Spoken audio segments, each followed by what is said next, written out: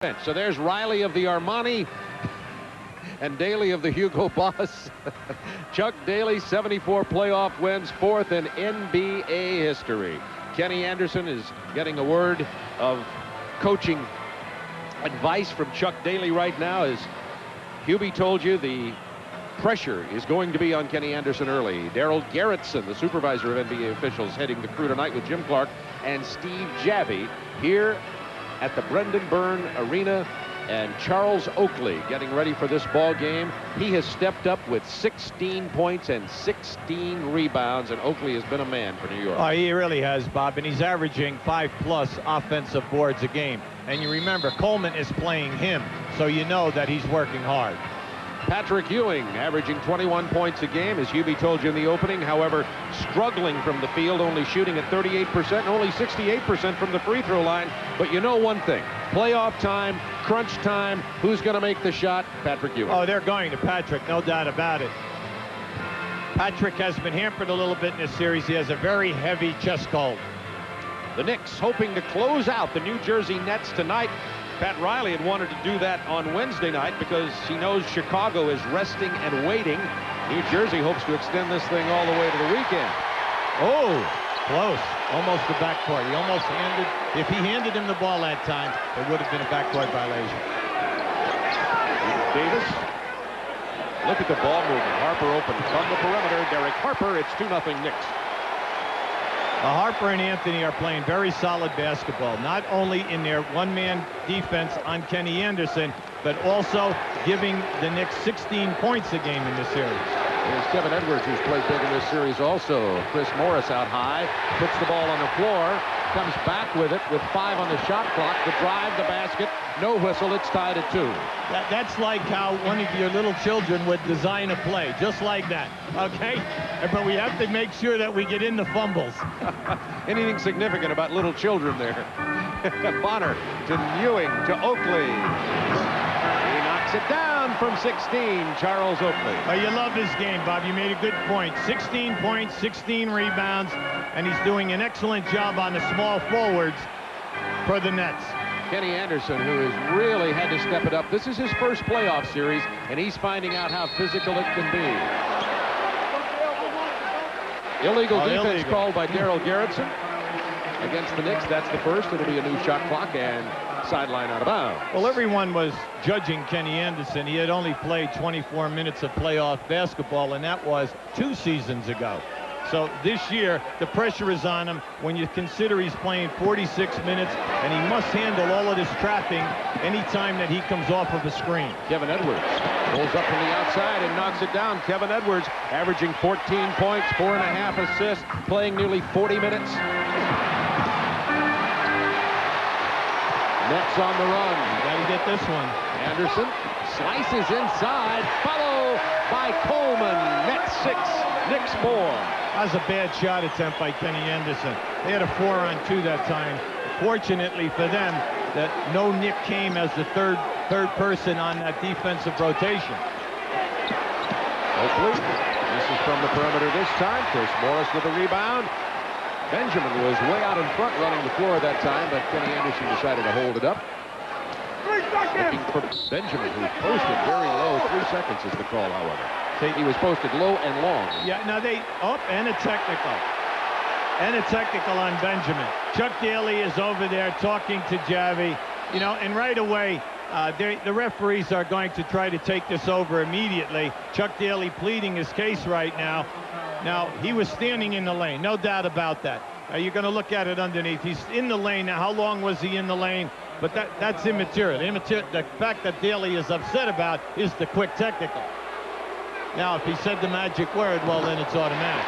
What is that magic word? Yeah. Chuck Daly. Not a good Irish Catholic like Chuck Daly. Wouldn't be caught saying that sort of thing. We have 9:56 to go, first quarter. The Nets are up 6-5. Knicks with the ball. Derek Harper defended by Anderson. Tried the baseline. Kenny's too quick. 10 to shoot for New York. That's a 3 from Hubert Davis. The big thing here for the Knicks is any time that you take one of the New Jersey guys off the dribble. The Knicks are so good in perimeter shooting, and they have Davis and Harper who can stroke the three in this group that's out on the floor right now.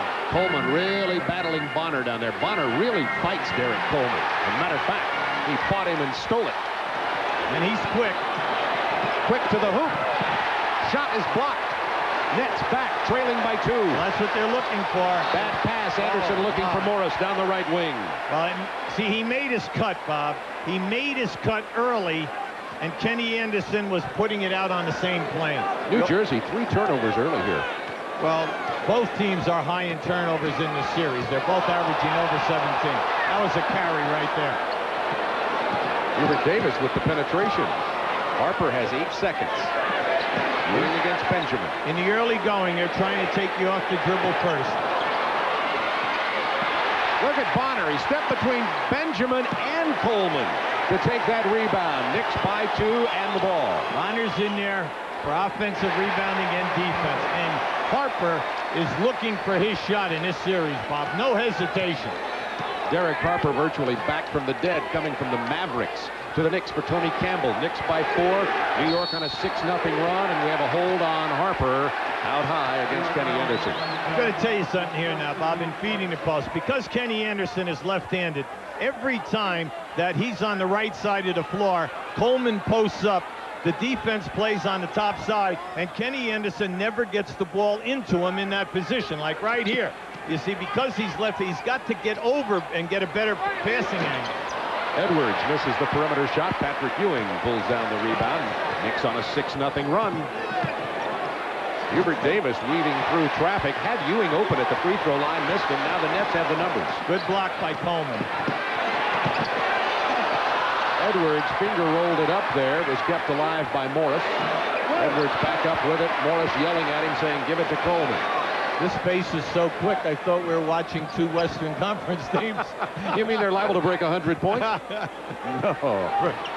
For this series, yes, you're right. Ewing lost his concentration and the ball. Anderson to Coleman to Edwards and the foul. I love this guy's game. Kevin Edwards, he's a double-figure scorer for the Nets all year. You know, during the course of the season, he averaged 14 a game. Now, right here, you have 3 guys too close together. Edwards sends it home and is going to go to the line. Now, in Miami, in 5 years, he averaged 12 points a game. Here, Chuck Daly loves his professionalism. He's a very tough guy, good defender. And what I like, Bob, is he finishes the break. He goes strong to the rim. And has 5 early points here. 5 of the Nets' 9. That foul, by the way, was on Oakley. Another Knicks turnover. 3 turnovers for New Jersey, 2 for New York. That's a basic fundamental play. You come off the screen and roll. He was expecting Oakley to roll. He did not roll. He spotted up. That caused the turnover. Morris open on the outside. He takes it into the paint this time. Nothing there. Stole the rebound from behind. Tried to put it off Patrick Ewing, who controlled the ball. The Knicks by 1. Bob, Morris can take Oakley at will, one-on-one off the dribble. Bonner waves Morris off, but then gets trapped down low. 10 to shoot.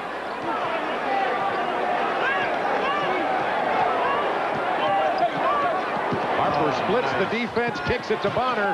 3 to shoot. Taken away, Morris. It's 2 on 3. Anderson says, "I can beat Davis on the drive." He does. He's fouled. That was a miraculous shot, let's face it. He lost his balance, and as he dipped low, he just threw that ball up. Now, keep an eye on this. Now, watch as he crosses up. See, he loses balance right there, and he just throws it. Nets gets by 1. Oh, yes. We're going to show you the excellent baseline coverage by Morris. Watch as Bonner goes behind the backboard. Morris keeps him there and does not allow the pass inside. Now, keep an eye on Kenny Anderson on his crossover. Quick crossover, but he loses it right there with the push by Hubert Davis. Anytime that you're in the open floor one-on-one, if you change direction, either with a reverse dribble or a crossover, 9 out of 10 times you put the defender at a disadvantage and then take him strong. Kenny Anderson has 2 points, looking for his third. New Jersey out-rebounding New York 7-3 early in this ball game, by the way. Shooting percentages, Hubie. New Jersey at 50% with 4 turnovers. And the Knicks 4 of 9 with 3 turnovers. 1 point Nets lead, 6:27 to go, first quarter. As you're watching this game, the Knicks are more movement-oriented and have great spacing. The Nets play one-on-one and in a lot of pick-and-roll basketball. Kevin Edwards. Shot clock down to 3, 2, 1. That would have counted. Benjamin catches it in the air. They say it is a violation and would not have. It will be another turnover, and the Nets will have the ball.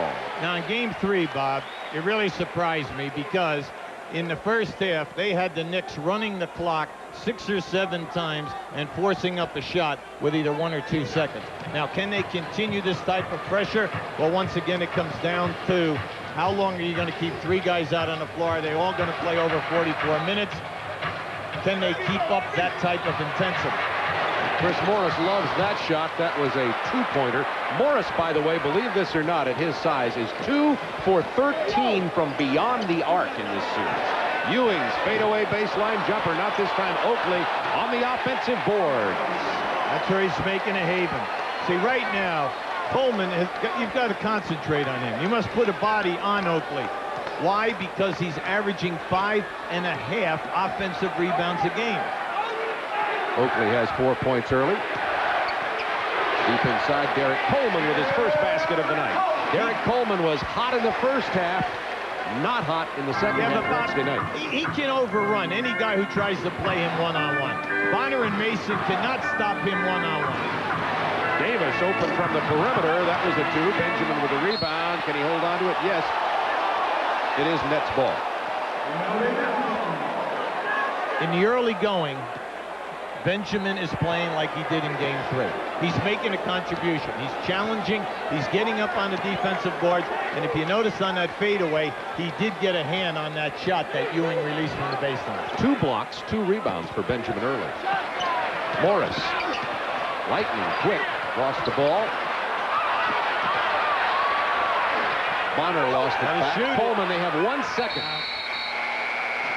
That's a violation. Kenny Anderson got it up as quickly as he could. Anderson blew the shot clock and about blew Chuck Daly's mind in Game 3, but that time not Anderson's fault. In the early going, Morris has put the ball down on the floor twice and has blown by 2 defenders. That must be part of this game plan, because anytime that he can do this, it forces the Knicks to rotate and trap, and that opens you up for easy perimeter shots versus forcing the shooting. Morris has been sitting on the perimeter, taking those perimeter shots much of this series. I'm sure New York would like him to stay there. Bonner down to Ewing, posted low. Good hook pass to Oakley. Lost the handle on the ball. Yes, he did. Nets 3-2 break. Kenny Anderson. Blocked by Ewing. Derek Harper defensed him well also.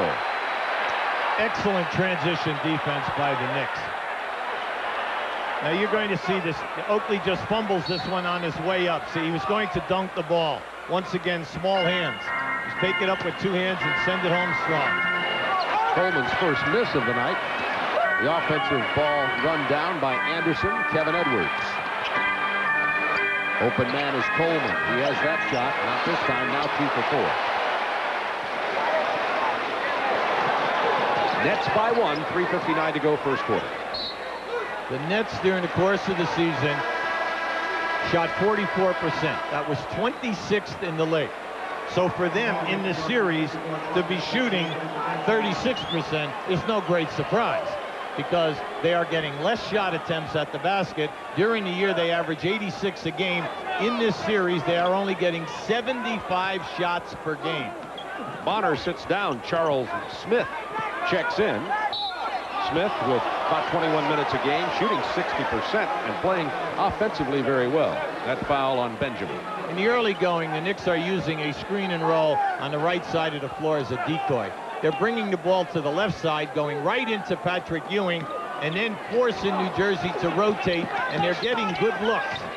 Patrick Ewing getting the double team. Here's Charles Smith. That's his shot. He's 7 out of 11 from the field in this series. He's doing an excellent job coming off the bench. He's had a very difficult year. He has problems with his knees, tendonitis in both of them, and it's going to be a chronic situation for the rest of his career. Knicks with a near steal. Instead, the foul on New York with 3:22 to go in the first quarter. The Knicks leading it by 1, and Hubert Davis now with 2 personal fouls. Greg Anthony comes into the ball game, and John Starks is also going to get in for New York. Oh, they love John Starks here. Well, this all stems from the injury when he collided with Kenny Anderson a few years back and put him down on the floor, and then naturally he was out of the playoffs because of a broken bone in the wrist. The lob inside of Benjamin hit the rim. Oakley handling in the open court and wisely gives it to Anthony. Ahead to Starks. Explodes but doesn't get it off the backboard. Here comes New York. New York gives it up and the Nets back. Oh, they missed the trailer. Coleman was open trailing right down the middle of the floor. There's Morris. He's now 2 for 14 from beyond the arc. See, he's exasperating Chuck Daly over on the side. You do not need to force the 3. You're not making the 3. Ball movement or drive to the basket. And this is what Chuck Daly's upset about in this series.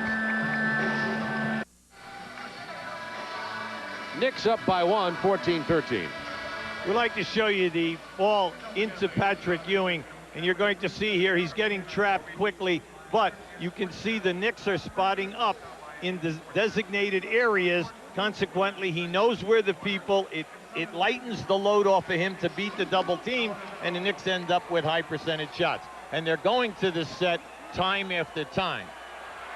Knicks will have the ball, leading by 1, 14-13. Patrick Ewing is still scoreless. He's only taken 1 shot attempt. We need to support what you were talking about right there. Here is Greg Anthony for the Knicks. Oakley inside to Ewing. Hard to stop him there unless you foul him.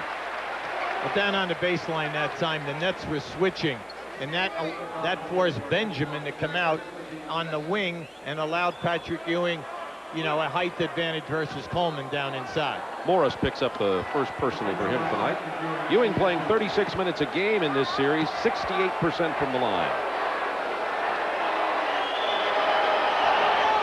Patrick's numbers. You know, you look at the season that Patrick had, and he was, you know, 6th in scoring at 25 a game, 7th in blocks, 10th in rebounding.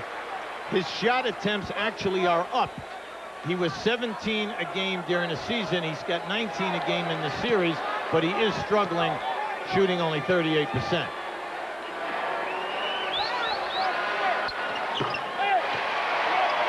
Two minutes, 37 seconds to go in the first period. The Knicks lead it by 3. Armand Gilliam makes his first appearance of the night. Lloyd Benjamin sits down for the Nets.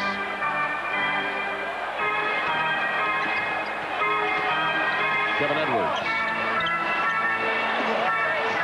Gilliam, who can score, doesn't that time. Charles Smith away with it. Bad pass.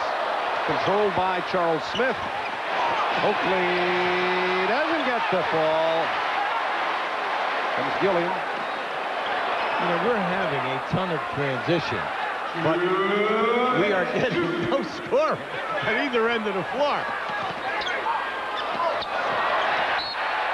Armand Gilliam went to the corner where he thought Chris Morris would be spotted up. Morris instead was under the basket. We're seeing a very, very ragged first quarter. No one can finish. New Jersey's missed their last 7 shots. The number to beat there is 25. That's how many the Spurs missed. That'll be goaltending, and Patrick Ewing will get credit for his first basket of the night. Smith was double-teamed. He rotated it out. The Knicks made the 2 passes and right down inside to Ewing because they know that at that time he should have single coverage. Strong move by Patrick. New York on a 6-0 run, leading it by 5. Almost stolen by Starks. Inside pass to Garrett Coleman. Misses the lay-in, but he'll go to the free throw line where Coleman shoots at 72%. The Nets are giving personal. Excuse me. Yeah, the Nets are giving a lot of energy here tonight, Bob. But you can see it. They're desperately trying to get into the painted area. When it's happening, they are either overpassing or forcing shot attempts right now. But it is there for them. And if they'll just clean it out a little bit and spot people up on the perimeter, they're going to end up with some nice scores. Eric Coleman missing from the free throw line with 1:23 to go in quarter number 1.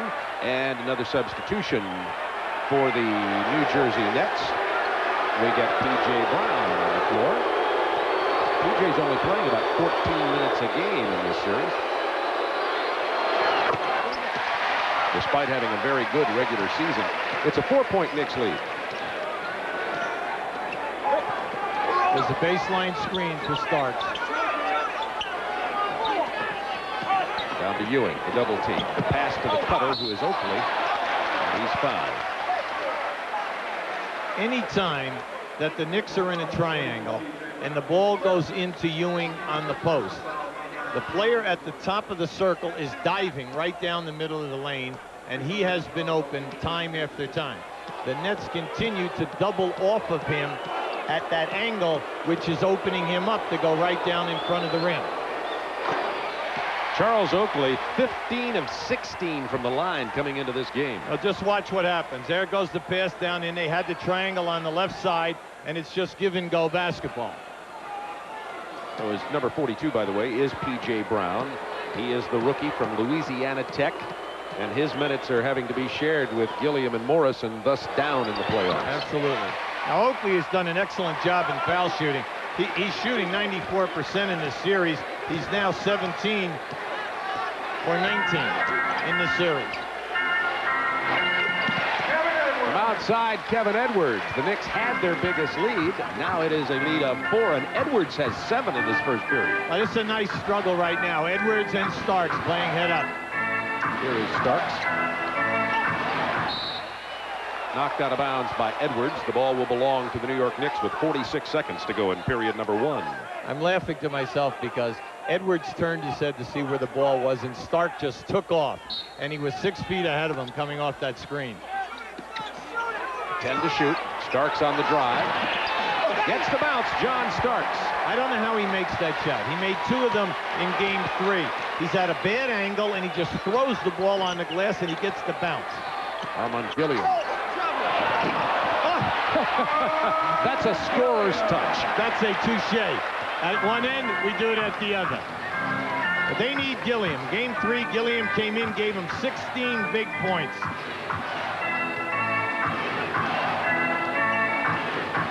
Eight seconds difference in the shot clock and game clock here at the end of the first quarter, and Charles Oakley puts it down from the perimeter, and Oak has 8. Oak's feeling good. Pat Riley always says his best perimeter shooter is Charles Oakley when you break down the shooting percentages. 3 seconds in the quarter. Kenny Anderson's going to have to throw it up from the paint, and he does not get the spin. That's the end of the quarter. The Knicks with their biggest lead of the quarter at 6-24 and holding the New Jersey Nets to only 18 points.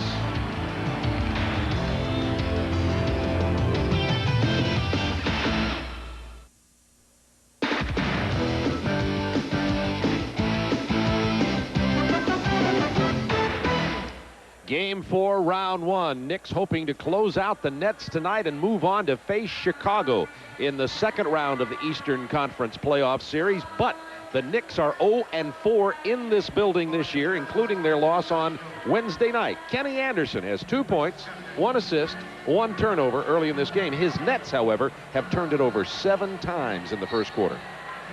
This series is marked. During the course of the year, both teams turned it over an average of 20 a game for a 5-game series, and now in the playoffs they're both averaging 17. 4 of the 5 players on the floor for the Nets are bench players right now as Newman checked in. Gilliam finds Anderson open. He finds Newman. Rebound, Charles Smith. They're getting all the 3-point attempts that they want. Anytime that they dribble in, they can always stop on a dime and kick the ball back out. New Jersey 0 for 3 from 3-point land. Patrick Ewing. Kept alive by Smith, controlled by P.J. Brown to Derek Coleman. Look at him handle the ball. Followed by P.J. Offensive board. Excellent work inside. Johnny Newman finally finishes, but good offensive rebounding by the Nets. P.J. Brown is banging in there pretty good, and Coleman keeps things alive anytime that he's in the painted area. Patrick Ewing struggling a little bit from close in so far tonight. Well, it's interesting to me. Gilliam plays him well down on the post, Bob. He really does a nice job. He does not allow Patrick to get into the painted area off the dribble. Coleman from long range. Way out of his range. Knicks lead it, however, only by 4 points. And the holding foul down low on Johnny Newman as they were trying to enter the ball to Oakley. Here is Anthony Mason entering the game as Patrick Ewing will get his first rest of the night, and Benoit Benjamin will come onto the floor for the Nets. You like what the Knicks are trying to do in transition. Anytime that the trailer or a big man is on the break, he's posting right at the dotted line in the painted area, right in front of the basket. That way, as soon as he makes the catch, you do not need a dribble. You can just power it up to the basket. Coleman sits down with 5 points and 3 rebounds after 1 quarter. Charles Smith. I like that matchup. Chuck Daly has gone with Brown versus Smith. They're both 6'10", 6'11", with the long arms, and Brown definitely gets right up in your face and challenges any shot release. Yeah, it's a nice matchup. You have the offensive-minding Smith and the defensive-minded P.J. Brown, who's the rookie from Louisiana Tech. There's P.J.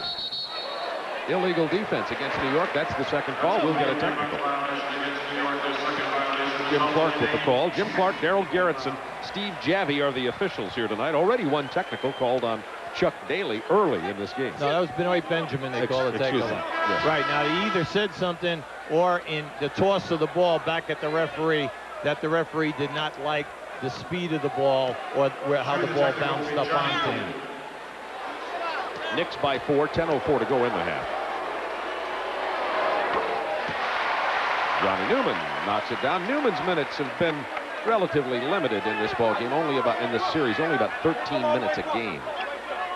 Well, it's difficult, Bob, when you look at it. You say that Kenny Anderson is playing 46 minutes.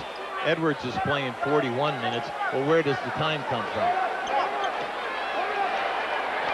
Greg Anthony trying to defense. Kenny Anderson, Armin Gilliam. There it is. Newman. Anthony racing out here to Anthony. Way ahead to Starks. Broken up by Newman. Right now, the Nets are 0 for 4 in threes. Their other problem is transition defense. Any time the shot goes up, the guards do not get back. The Knicks are going to have many fast break opportunities. Red Holtzman in the middle giving off some wisdom to Ernie Grunfeld and Dave Checketts with the New York Knicks. Reminder, coming up right after this, Ron Thule and Doug Collins standing by in Portland. Houston and Portland. Houston leads that series 2-1. We'll go right to it here on TNT. At the conclusion of tonight's game, Hubie and I will be selecting the Budweiser player of the game. Budweiser will donate $1,000 in his behalf to the United Negro College Fund. Well, right now, New Jersey's shooting 33%. They're 9 for 27. They have 7 turnovers, and they're only 3 down. John Starks from the corner. John Starks, big game 3, had 15 points, was 5 of 9. Well, he's gone from 9 minutes, to 12 minutes, to 21 minutes, and then all the way up to 29 minutes. So the leg is healthy, and his competitive juices are flowing. He really wanted the ball the other night. Let's have 10 seconds to shoot it. Benoit Benjamin short arms it. Starks running again. Anthony for 3. Benjamin with a rebound. That's his 5th rebound to go with 2 blocks for Benoit. It's nice to fast break. You like to have transition, but you also must have guys who can finish the break. Armand Gilliam's turnaround jumper will go down over Anthony Mason, his first bucket of the night, and the Knicks lead it by 3. Now in this playoff, Armand is playing 26 minutes. He's getting 11 points and 6 rebounds, doing an excellent job. Anthony looking for Charles Smith, posted inside against P.J. Brown. Nice Smooth it. Yes, that's a pretty move. You know, and people forget, when he was with the Clippers, he averaged 18 points a game, always shot over 50%. You know, so he's a big rebounder and an excellent post player. Look at the ball handling skills of Kenny Anderson. Beats the double team and made him pay. Then, to complete his game, commits the foul in the backcourt. But as you can see, Bob, he's working so hard to get a clean shot attempt. You're going to see he's one of the premier dribblers that we have in the NBA today. But they just continue to wear him down by trapping him and forcing him to give up the basketball. And then they dog him continually with Harper and Anthony. Little rest now. Foul away from the ball as David Wesley comes into the ball game. He wears number 1. The foul was on P.J. Brown. David Wesley, a free agent, played in the CBA with Wichita Falls. Will give Kenny Anderson a rest for a couple of minutes. Probably not much longer than that.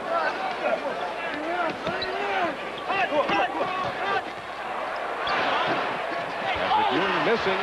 Anthony Mason also missing the rebound. Here's David Wesley. From Baylor, he's a rookie.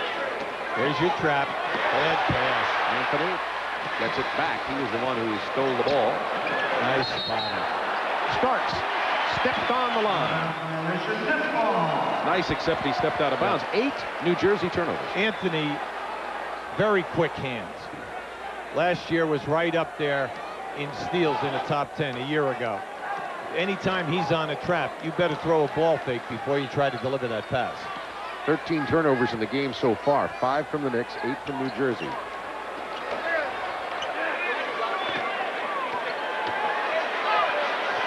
Seven to shoot. 5, 3. Wesley with a weak effort. 24-second violation. That's the third 24-second clock violation of this young game. Well, the people are frustrated in the building. They feel that you can pull this out if you're a New Jersey fan. The Knicks fans are, oh, nice steal. David Wesley, after putting up the terrible effort on the 3, picked it away from Anthony and got the lay-in. Oh, he's got the quick hands. Now, he'll get in Anthony's face and harass him. The Knicks lead this game by 1 point. 7:10 to go, first half. There's Wesley again, his second steal. And the foul on Anthony. Excellent effort by Anthony. Give him his due. He was behind on that, ran him down, honestly thought that he had a clean block. Now you're going to see the pass back, shoots the gap. Now keep an eye on Anthony here. Now right there. Oh, no wonder. Yeah. Oh, clean, absolutely. Clean. Clean block. Clean block. Give it to him. Good block.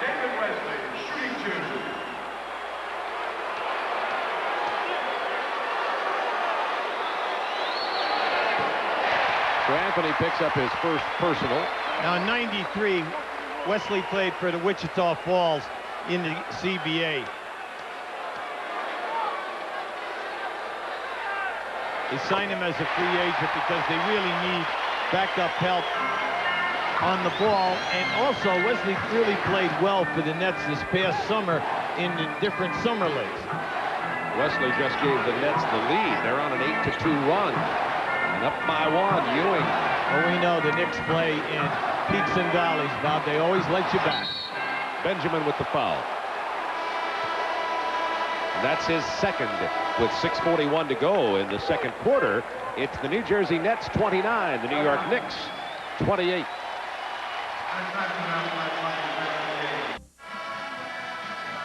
Nets trying to avoid elimination here in the first round. Knicks up 2-1 in this series. Nets, since 83-84, have not been able to get past the second round. Well, you can see they've been eliminated 7 out of 8 times, but the one time they did, remember, in 1983, the Philadelphia 76ers won the NBA championship. The following season, that was Dr. J. Moses Malone, Bobby Jones, Andrew Toney, Maurice Cheeks. That was a big win in that first round for the Nets. Ewing steps to the line.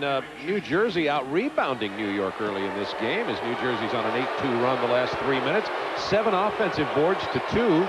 20-12 is the rebounding numbers. And the shooting, how about this for both teams? New Jersey 36%, which is about what they've been shooting for the series, but New York only 29%.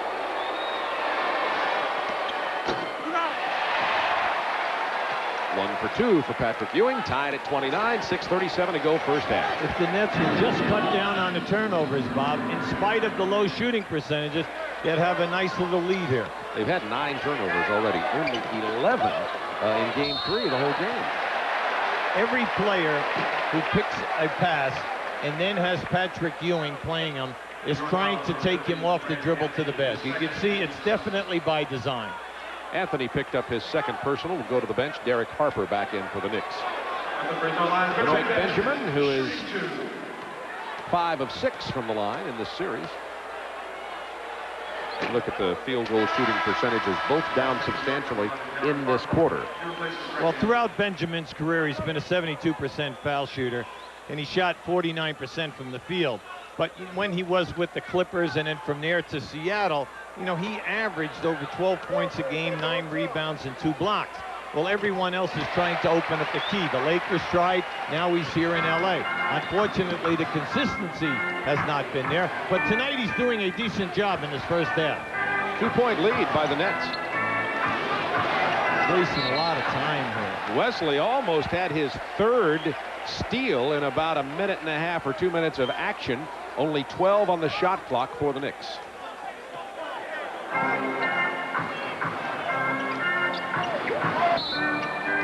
Foul down on the baseline. Patrick Ewing trying to get clear down there. Anytime that the Knicks screen across the lanes, not only do the Nets switch, but they step out and they forearm the guy who is coming off the screen. They are not allowing him to come to the ball side for any type of a post-up. Johnny Newman picked up his second personal there, and Ewing, who's 1 of 2 from the line, goes back there again. Patrick shot 77%, his best ever during the regular season, but is only at 68% now. Derek Coleman getting an extended time on the bench, really. We saw him with the towel over his head there moments ago. It's tied at 31. Well, Chuck's trying to stay with the hot guys, Bob. This group brought them from down. Now, you know, they're playing fairly consistent, so he'd rather stay with Gilliam and Brown at the forwards. That's who's running the 2-man game right now. Here's Gilliam's turnaround. That's a difficult shot. It looks easy to block. He's 6'9". He throws that fadeaway.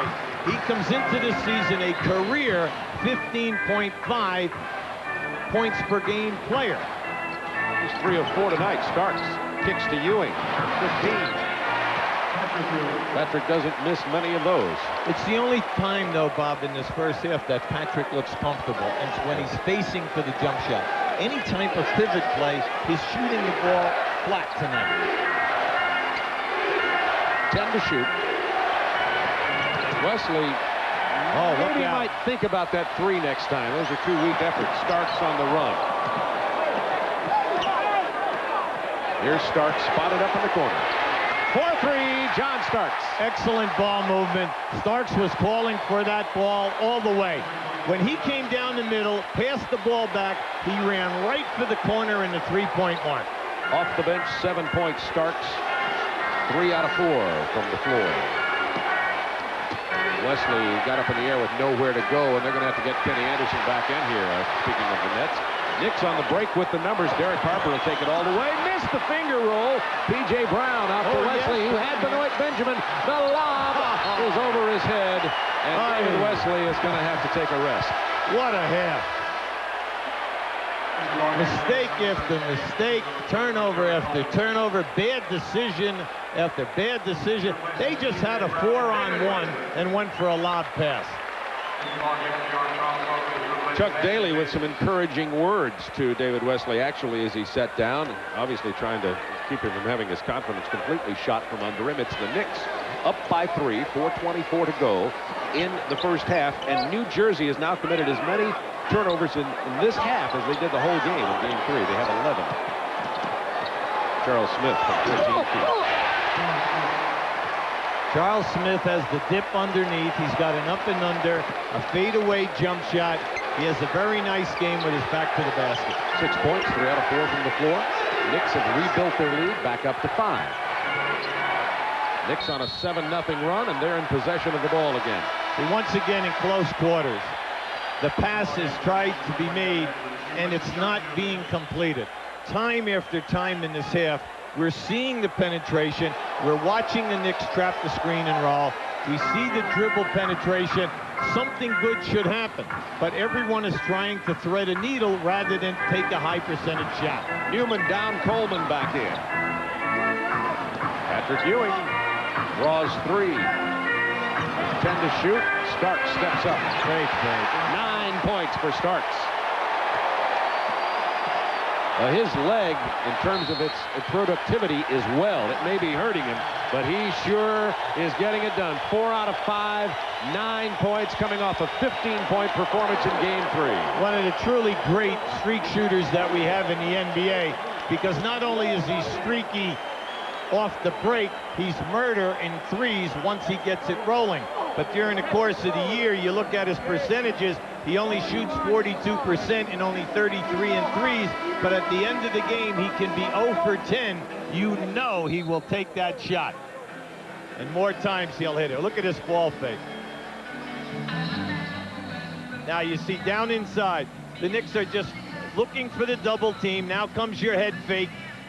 That's an offensive player at his best. Catching the defense, trying to rotate at him. John Starks missed his first shot. Since then has hit 4 in a row. The Knicks are holding their biggest lead of the game. Smith with the rebound. 3:20 remaining, first half.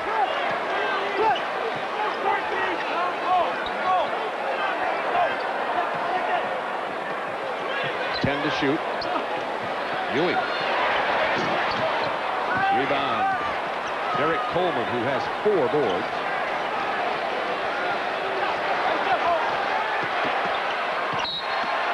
Out of bounds, it'll be Nets ball with 15 on the shot clock. Timeout, New York Knicks. 2:56 to go. In the first half, the Nets have been held to only 33 points. The NBA playoffs on TNT are brought to you by Lexus, the result of relentless pursuit of perfection. And by Champion. It takes a little more to make a champion.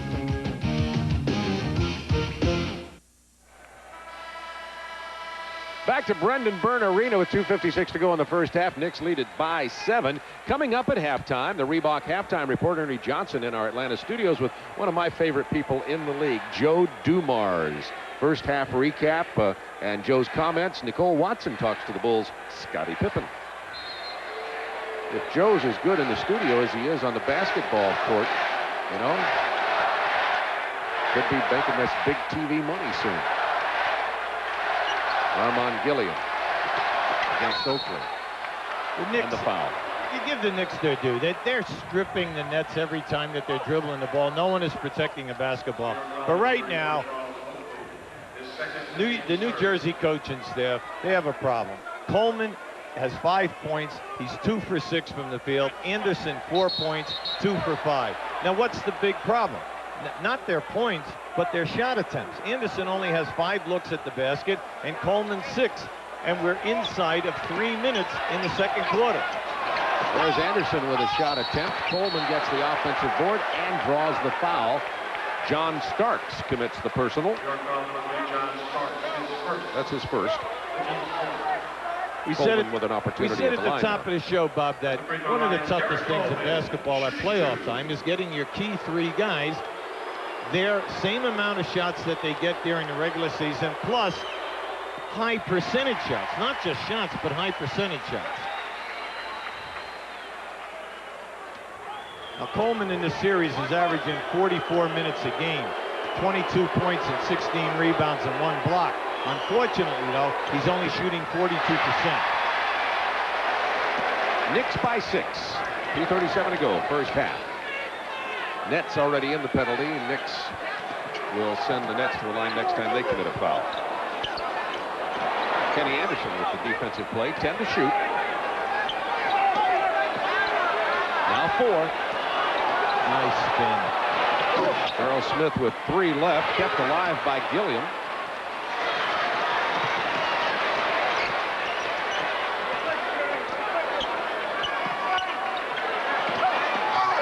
Into the paint, went to the left hand. John Starks, Coleman, Easy. Look out, look out. Easy there, easy there. Oh, you can see that coming. Yeah, Starks is telling all the fans over here, see my heart, see my heart. I'd say he's all upset. He's upset. But he didn't jump up because they know they need, he realizes the Knicks need him in this game tonight. Now you're going to see an excellent move by Starks to free himself right there. That was a key move. Now he sees Coleman running him down. He goes for the strong dunk. Now he gets taken out of this here. He knows he's going to the line, but as he bounces up and starts, he goes right to the fans and he keeps pounding his heart. Now they just gave him a flagrant one. He's shooting 2, and they have the ball on the side.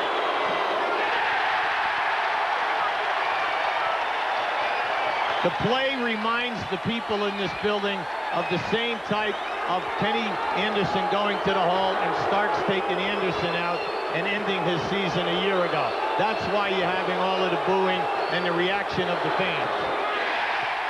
Starks knocks out 1 of 2. The Knicks will get the ball here, and Derek Coleman picks up the flagrant. I'm going to have our statistician Chuck Gardner check and see. I don't know how many flagrant fouls, if any others, have been called on Derek Coleman, but in the playoffs, the 4th flagrant foul, and you have to miss a game. We'll keep you posted on that. Minute 46 to go in the first half. Ewing is fouled by Benoit Benjamin.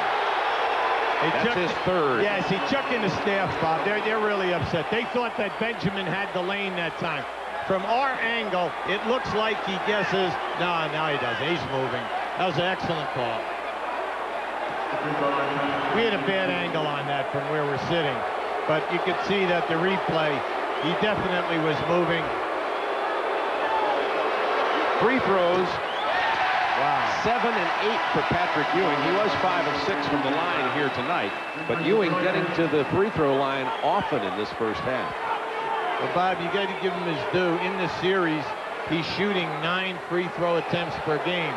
And that's up from the regular season where he only attempted 7 per game. And this is his 8th in this first half right here. He didn't get either one of them. Armon Gilliam with a rebound. It's a Knicks 7-point lead with 1:40 to go in the half. This is definitely a Knicks pace. Coleman is held by Charles Smith. We made a statement earlier. We said it in Game 3 at least 10 times. The Knicks do not have a player who can stop Derek Coleman on the post. The Knicks are playing him one-on-one. They are not even double-teaming him. You must go into him and allow him to work if for no other reason you get into the penalty. And then he's going to score, and then he'll work at both ends of the floor for you. Because as it is going right now, all you're doing with all the movement, what's happening is nothing but turnovers. And they're ending up with all perimeter shots with defenders in their face, and we showed you that they're shooting less than 33% for the half.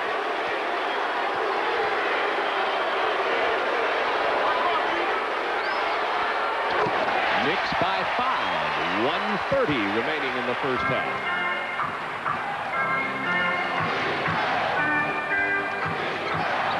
Nets will be hard-pressed to score 40 points in the first half. Oakley loses it, put it on the floor 1 too many times.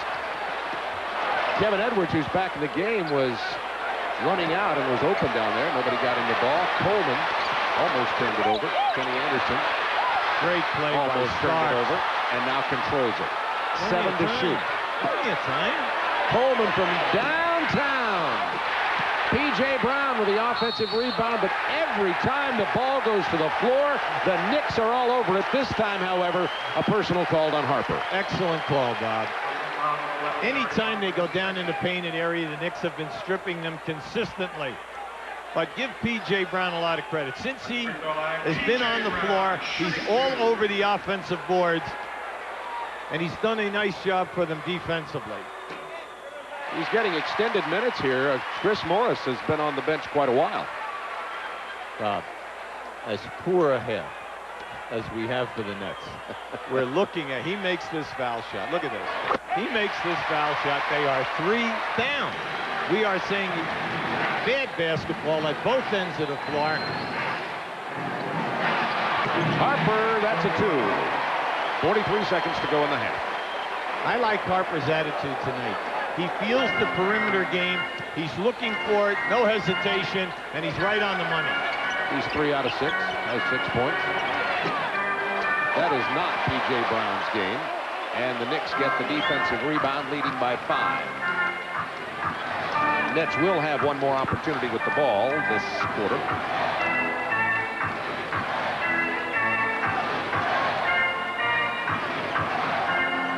Pick and roll. Harper almost had the opening, and he lost the handle. 2 seconds to shoot. Starks.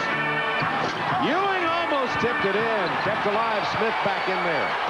Big. He scores with 3.6 to go in the half. Big play. Kevin Edwards. At the end of the half, the Knicks lead it 45-38, and John Starks already has a sore tailbone, and you saw his gesture. I hope you didn't, but I think you did. Knicks 45, New Jersey 38.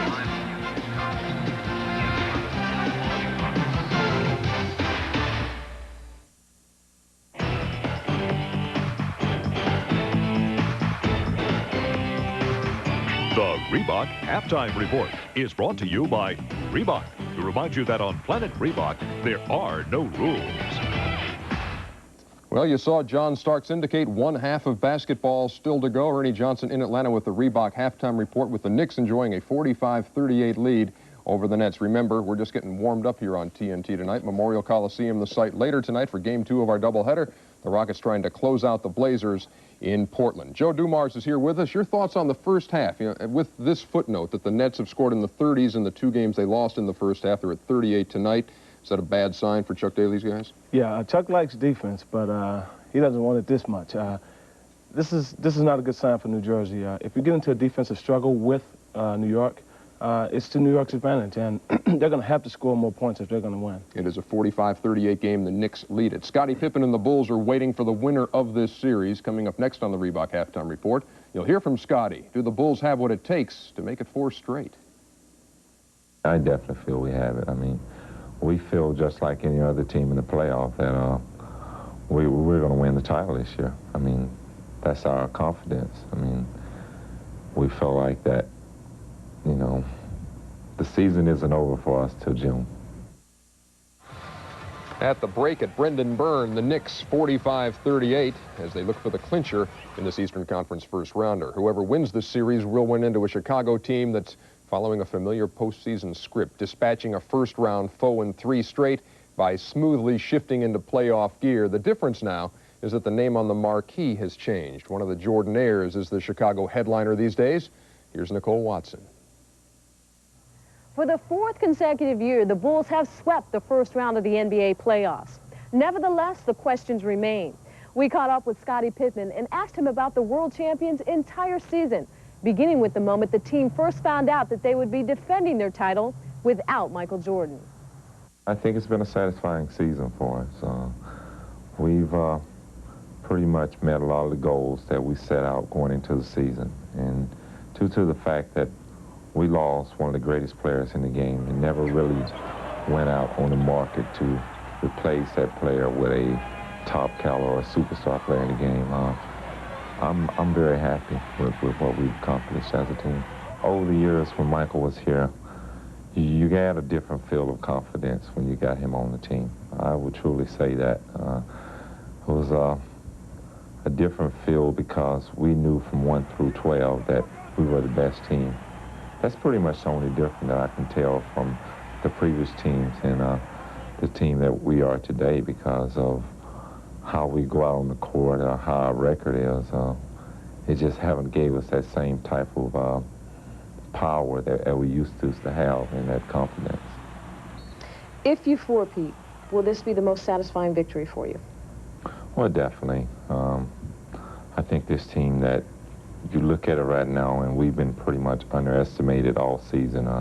Everybody's pretty much counted us out and said that we would be a lottery team, we wouldn't make the playoff. Well, we've proven everybody wrong. So, you know, we don't feel like now we don't have anything to prove. You know, we were much better players than everybody anticipated.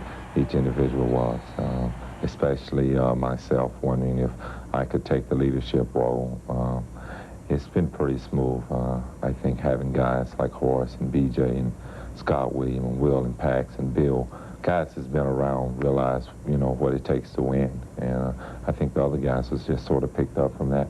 Scotty, you guys were 3-1 against New Jersey, but 1-3 against New York. You've got to be pulling for the Nets to win.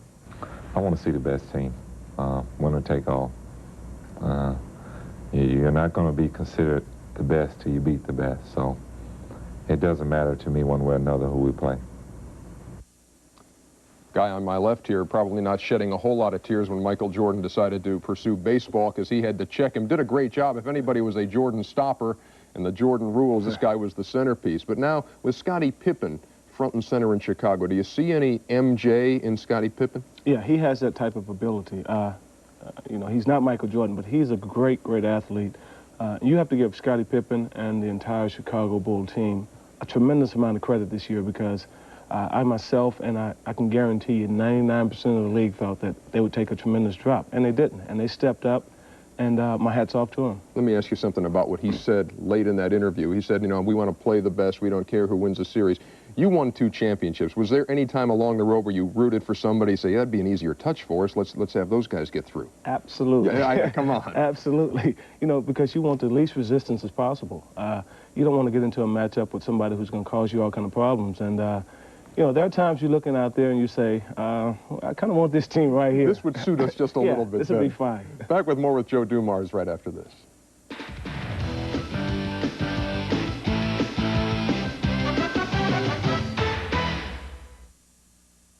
Welcome back to the Reebok Halftime Report. Ernie Johnson along with Joe Dumars. Time to dissect the first half of this thing. Let's go back to a point we made at the beginning of the night, defending Kenny Anderson, and the glorified Etch-a-Sketch is at your disposal here. Yeah, as you see right here, they're going to outlet the ball to Kenny, but when he gets up court, all 3 of these guys right here, they never make it over half court. So he's basically down with him and Kevin Edwards when he gets there. So the numbers are definitely in the Knicks' favor here, but they don't do much with it. Absolutely. Kenny Anderson, like I said before the game, you got to keep him out of the lane. Now, you got 3 guys back here for the Nets. You got 4 guys up here for New York. These 2 guys here have to cut this lane off. You let Kenny Anderson get in that lane, and he's going to cause you problems. As he does right here, an acrobatic drive to the hoop. The leading scorer in this game is John Starks, who has 10, and he's coming off a knee injury. How do you think that's affecting it? Well, he's not as explosive as we've seen him be. He's the type of guy who can make great athletic plays. But as you see here, he gets the guy up. You know, he gets Kevin Edwards up right here. And normally you see John Starks go in here and, you know, some spectacular dunk, as we saw last year in the playoffs. But right now, with the knee, Starks he's pulling up, taking the jumper, because he just doesn't have that explosiveness as he had last year. He has come off the bench to score 10 points on 4 out of 6 shooting. You saw him leave the court at halftime, holding the back. He has an injured tailbone, and so we will wait on further word on what John Starks' availability is for the second half when we turn it back over to the guys at the Meadowlands, where it's a 45-38 game. Knicks in front.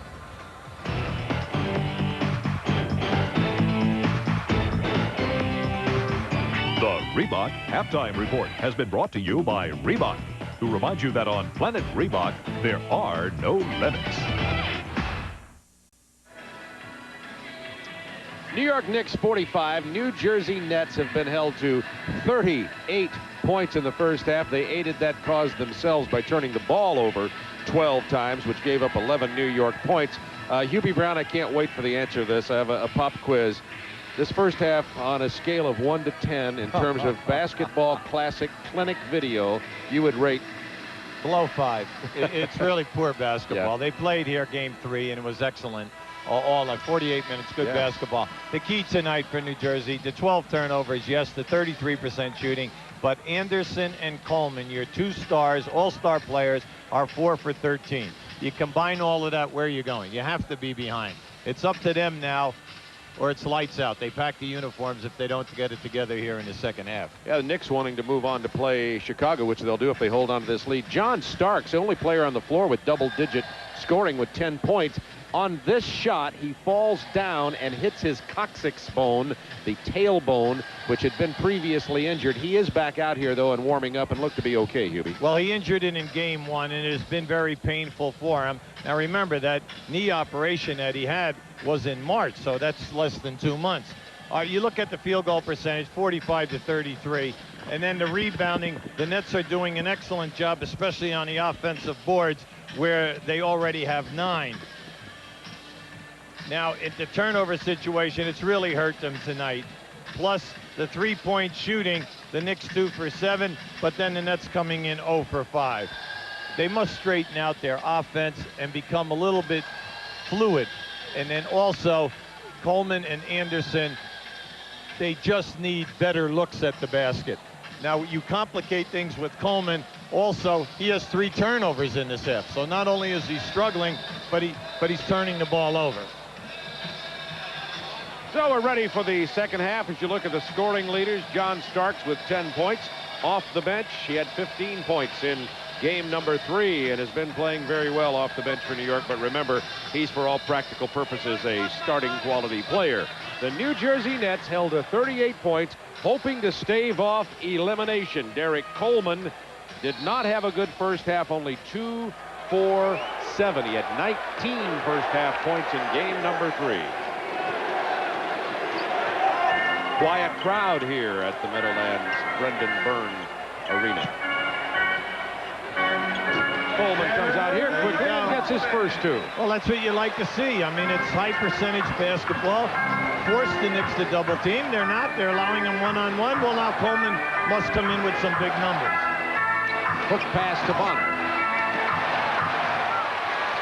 Now, that's 2 bad percentage shots that Bonner has thrown up there. Now, we realize he really hasn't played that much, only 8 minutes. But the man who is at the top of the circle diving down the lane is always open. Illegal defense called against the Knicks. They'll be shooting again. Now, Pat Riley, you can see right there, he knows that it was an illegal defense. They're always trying to help, but that's the reason why they lead the league in fewest points, field goal percentage against, defensive rebounding, holding teams under 100. They're there in every major category, and that's why they are a great basketball team. Well, they do keep it close. The Knicks leading only by 4. New Jersey couldn't play much worse than the 38 points they were able to put up with the 12 turnovers in the first half. 45-41. Opening moments from the third quarter. Brendan Byrne Arena, Bob Neal, Hubie Brown with you. Coleman is fouled as he drives. Anthony Bonner committed the infraction. See, the fans understand. They're all yelling, yes, yes, that's right. Get it inside. Take advantage of the one-on-one situation. Now, Bonner tries to front him here. You're going to see. Now, as he tries to post up, Bonner doing a good job. Why? Because Harper is jamming the pass. 2 guys working together. But then once he gets it, you must come from the opposite side. Now, what you want to see is, where is Benjamin? When Ewing goes for the block, Benjamin must get to the front of the rim.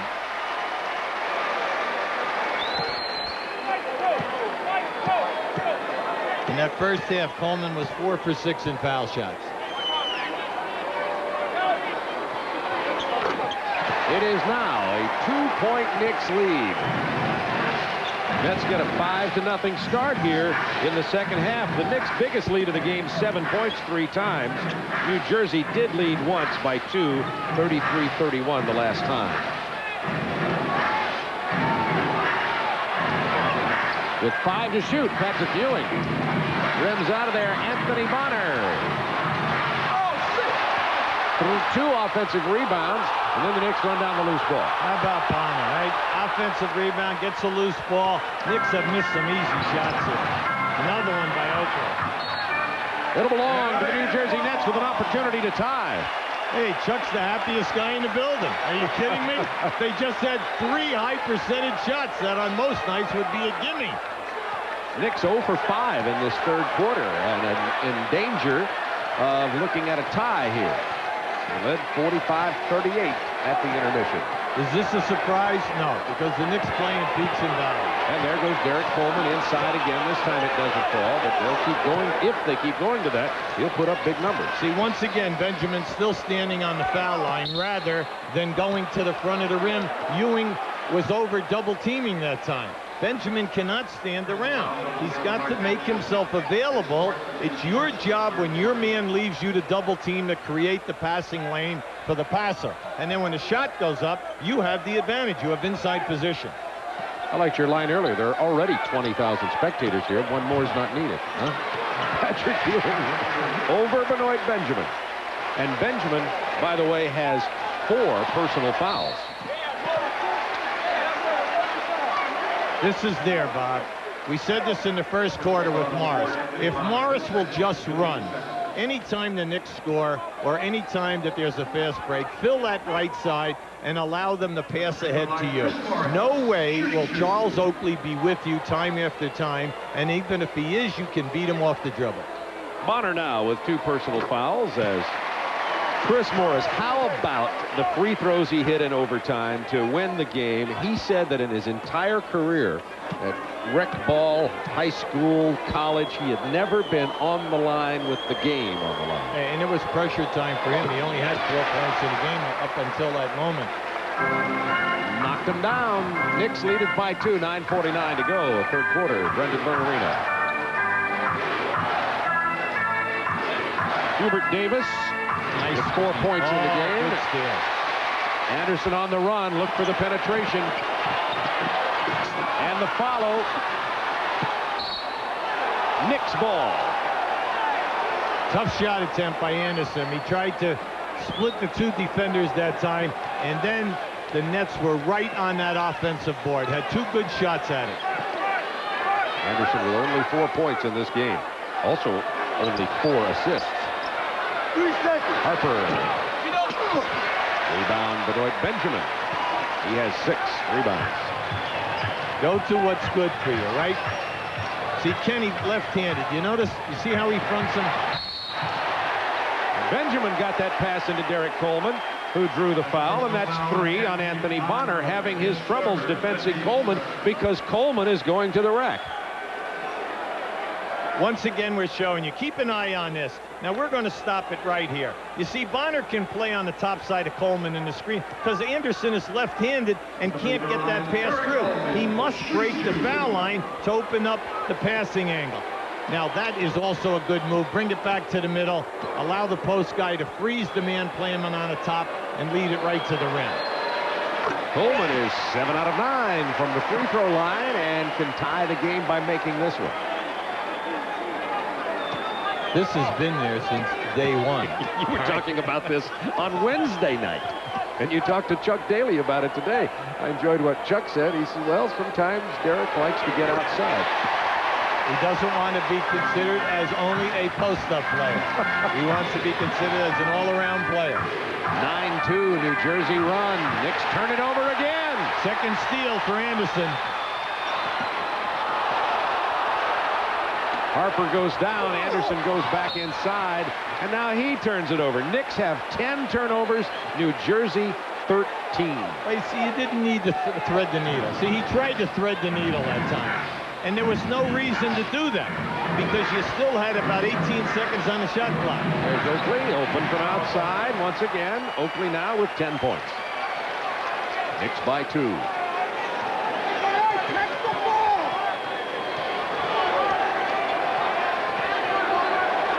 Looking for Coleman. Bonner having trouble with him down there. Gives it to Benjamin from about 12 feet. Benoit Benjamin. That is not exactly a pretty jump shot. All right, what he does, he elevates, he kicks his feet back up. Most important thing is it goes in. Yeah. Good ball rotation on the jump shot, if nothing else. 8 to shoot. Oakley's open. Not this time. Bonner working inside to Ewing, who is fouled hard by Benjamin. Well, you must do that. You cannot allow him to get the dunk. That'll be 5 on Benoit Benjamin. And here comes Armand Gilliam. Anytime that you have a guy like Benjamin, you only play him a half a game anyway. So what's the difference whether he has 5 or he gets his 6th? Because Gilliam is going to always be in there in the 4th quarter when the game's on the line. That's right. Benjamin only plays 28 and change minutes per game. And here is Armand Gilliam coming into the game as Patrick Ewing goes back to the free throw line where he is 5 of 8, has 11 points on the night. What was bad in that sequence? Oakley released the long jump shot. Coleman just turned around and stayed outside. Oakley went to the board. Ewing went to the board, and they outnumbered the Nets and kept the ball alive. Patrick only gets one of them. Gilliam with the rebound. Well-traveled Armand Gilliam.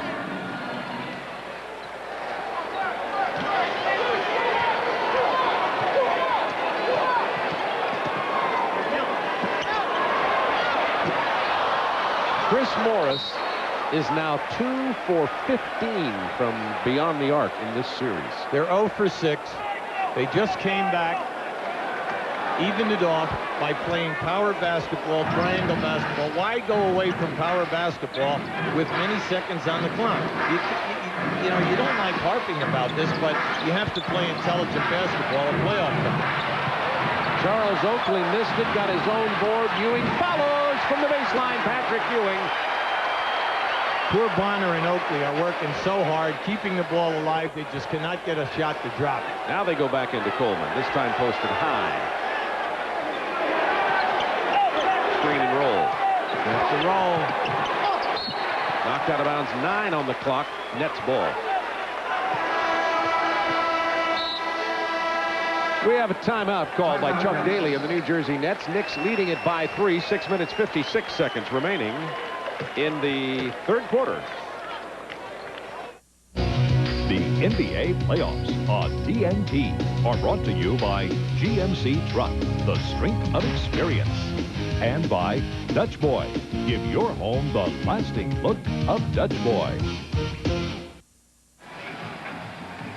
Derek Coleman, 6 points in the quarter. And the Nets have outscored New York 11-7. The GMC Truck scoreboard last night. Atlanta stayed alive. Take that game back to Atlanta with their win. The Jazz win that series with San Antonio and Denver in overtime. And that series goes back to Seattle. Coming up tonight, Ron Thulin and Doug Collins are in Portland for the Houston-Portland series. Gilliam, tough shot. He can make those. At this end of the floor that we're going to right now, the Knicks had 4 offensive rebounds in the first half. They now have 6 already in this 3rd quarter for a total of 10. Patrick Ewing hard to the rim. One of the very few times in this series that he's been able to get into the lane with his dribble move. Which is one reason he's 4 for 11 from the floor. Knicks by 3.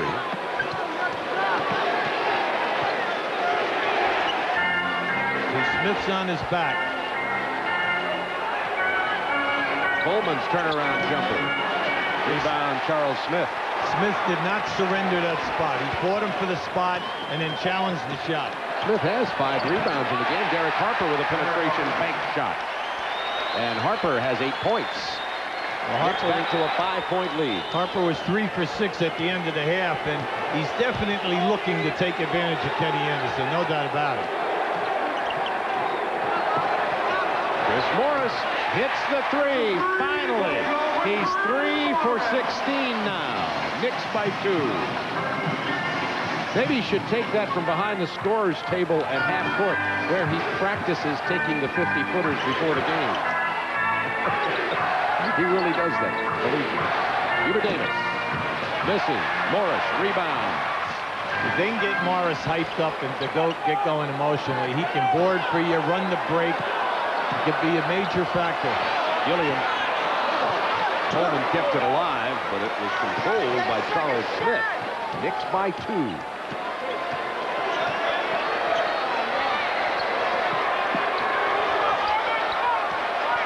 Looking for Ewing against Armand Gilliam. Remember, Benjamin on the bench with 5 fouls.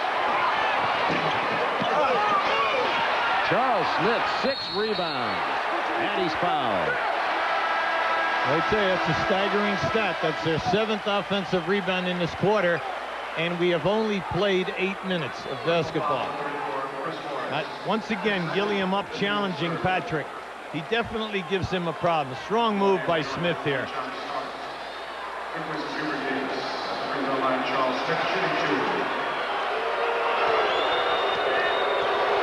Starks has come back into the game for the New York Knicks. Remember, right before the half ended, Starks fell on that injured tailbone, went off holding his lower back, but seems to be okay. He's recovering from the 2-month-ago knee surgery, which was a very quick return as it was, and has the sore back, but he had 10 points at the half. Well, Charles Smith missed 39 games this year with a problem with his left knee. A year ago, he missed 33 games with a problem with his right knee. Knicks by 4, 4:47 to go, third quarter.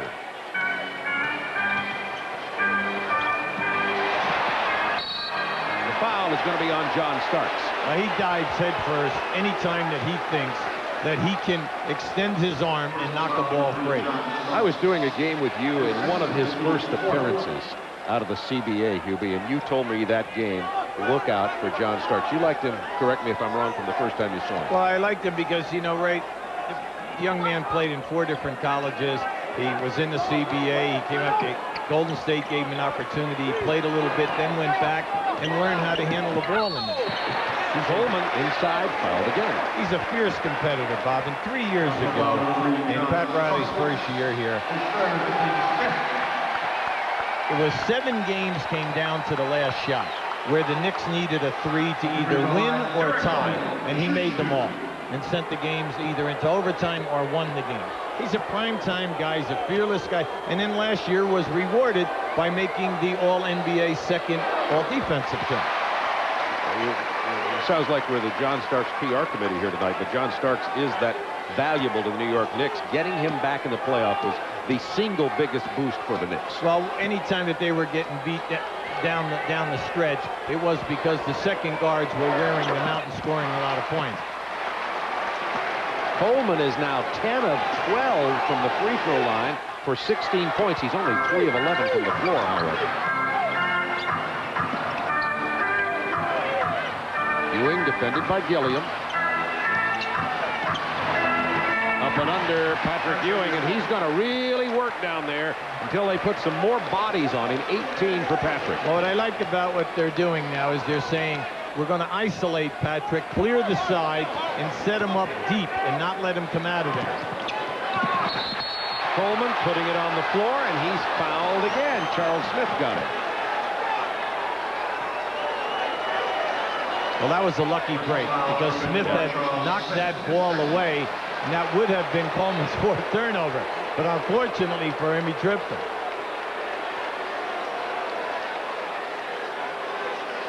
You can see he knocked it away, but then he tripped him with his left leg.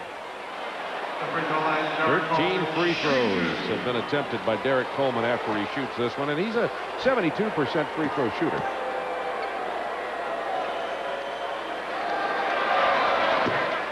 You know, since he's been in the league, he made the All-Star team this year for the first time, but he's gone from 18 points to 19-8 to 27 and into 20.2.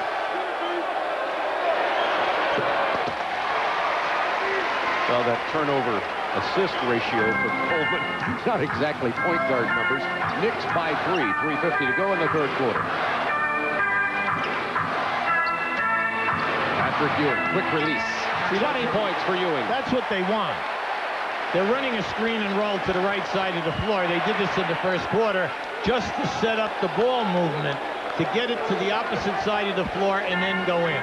Ewing has made his last 4 shots. He has 11 points in this quarter. He is keeping the Knicks out in front by 5 now. Edwards hasn't scored in a while. Ewing now rebounding out to Derek Harper.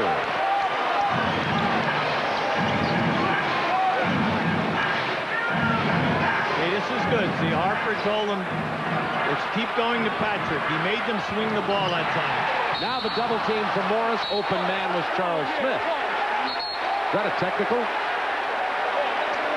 It looked as though Steve Javy signaled a technical, but let's hold on for a moment. Well, that time, though, anytime you go up in the air, when you go up in the air, now just watch this, as he makes his move, they double team, Patrick finds the man, you're allowed to grab onto the rim, see, because Coleman was underneath him, and the rule is that you must have a clear landing in order for it to be a technical. They're discussing it right now with supervisor official Darryl Garrettson. Having a little refereeing clinic there. Let's see if they hold on to this call as Jim Clark goes over to the table. Two-shot foul. I like what we're seeing here with the Knicks. Patrick's on fire. They're smart enough to keep working, setting him up on either side of the lane, and everyone understands that's where the ball is going. Charles Smith goes to the line. This will be a two-shot foul. Charles Smith with 10 points and 7 rebounds, and I think they decided not to call the technical foul. That's what brought Pat Riley up off the bench to talk to Jim Clark. Charles has always been a very good foul shooter. Throughout his career, he shot 78% on the line.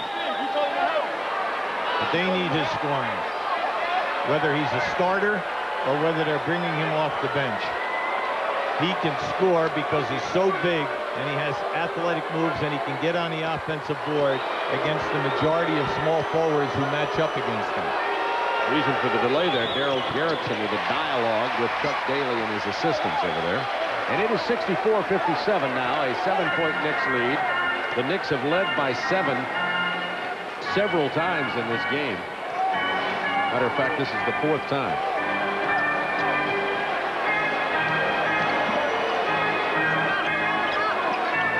Eight to shoot for the Nets. Now 4. Open man Morris for 3. Ewing was on his face. No chance on that one. They should look right inside with Ewing now. He's got Morris pinned there. See, Harper's smart. He just brought the ball right to the spot. Bring it back, and there you go. And there you go. Ewing misses it. However, the follow from Charles Oakley. And, you know, interesting crowd here. This is at New Jersey. That's right. And the crowd will be like pulling for New Jersey, pulling for New Jersey. Then the game gets on in the 3rd or 4th quarter. All of a sudden, all the Knicks fans come out of the closet. And you know what's sad? They just broke their attendance record this year with 16,000 a game. New York with their biggest lead of the game, 2:15 to go in the 3rd quarter. Well, it's with the dominance of the rebound. It's just a great move by Harper. And here comes the Yoke man to send that one down. And that was set up an elation with Oakley because he's had a tough night on easy shots inside. This game has been taken over by New York in this quarter. The reason they were out-rebounded at halftime by 27-19. And in this quarter, it's 13-7. New York rebounding, 8 offensive boards. And that's where they've really done it. The second shots are ending up in scores. And the New Jersey Nets looking at the wrong end of a 9-point New York lead. The Nets had an 11-point lead and more at times against New York in game number 3. The Knicks came back strong in the 4th quarter where New Jersey has struggled, but the Nets held on for the overtime win. The Nets are now 4 for 15 this quarter.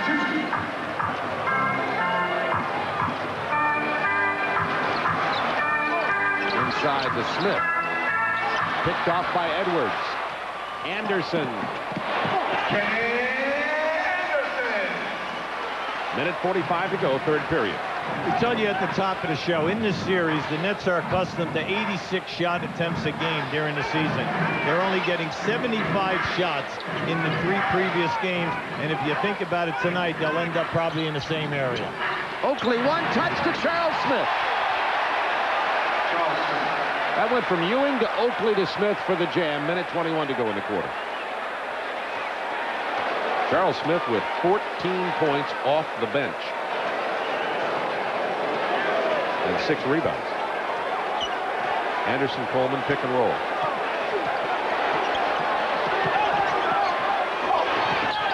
Anderson goes inside, loses the ball. Smith has it. Here comes Derek Harper and Starks and Ewing. Oh, my. First of all, a great switch of hands and a shot by Harper. And then once again, the Knicks on that offensive glass. Patrick hustling, chasing that play down. Knicks by 11. Edwards to Chris Morris.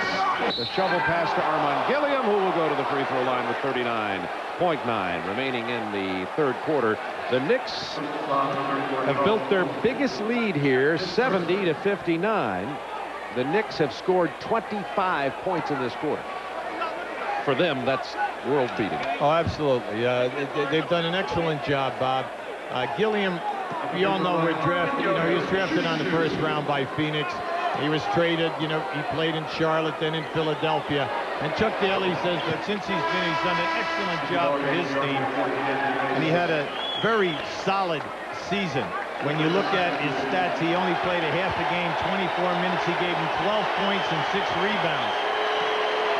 And he's doing the same thing here in the playoffs. Patrick Ewing now getting a rest at the end of this quarter with 22 points, 13 here in the third. Well, if they're going to make a push, they should try to do something now and at the beginning of the quarter, especially if they keep Ewing out.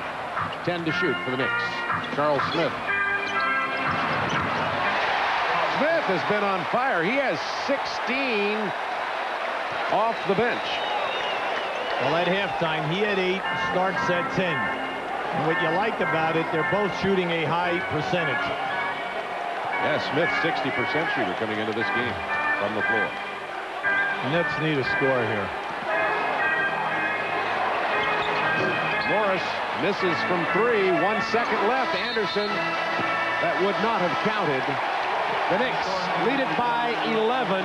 And what the New Jersey Nets know, as do the New York Knicks, is the fourth quarter historically belongs to the Knicks.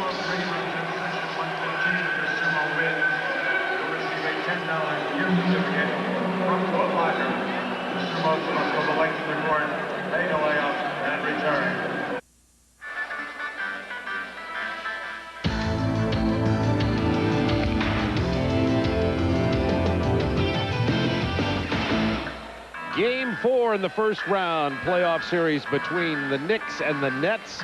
As you see the scoring by quarters, the Knicks have built an 11-point lead, and the New Jersey Nets may well have only 12 minutes left in their season unless they can stage a furious comeback, and based on their previous fourth quarter performance, that probably won't happen. Well, you can see the field goal percentage, and then when you add to it the incredible amount of turnovers, plus the fact they are now allowing New York to run wild on their defensive board. I mean, you just cannot possibly be ahead with those 3 stats going against you. John Starks over David Wesley. Rebound Oakley. Back to Starks. Nice move. His knee looked pretty good on that one. Sure does. Yeah, see, he keeps pounding his heart to these fans. There's a group of them right opposite the foul line to our left, as you're looking at your screen, who've been on Starks since this game started.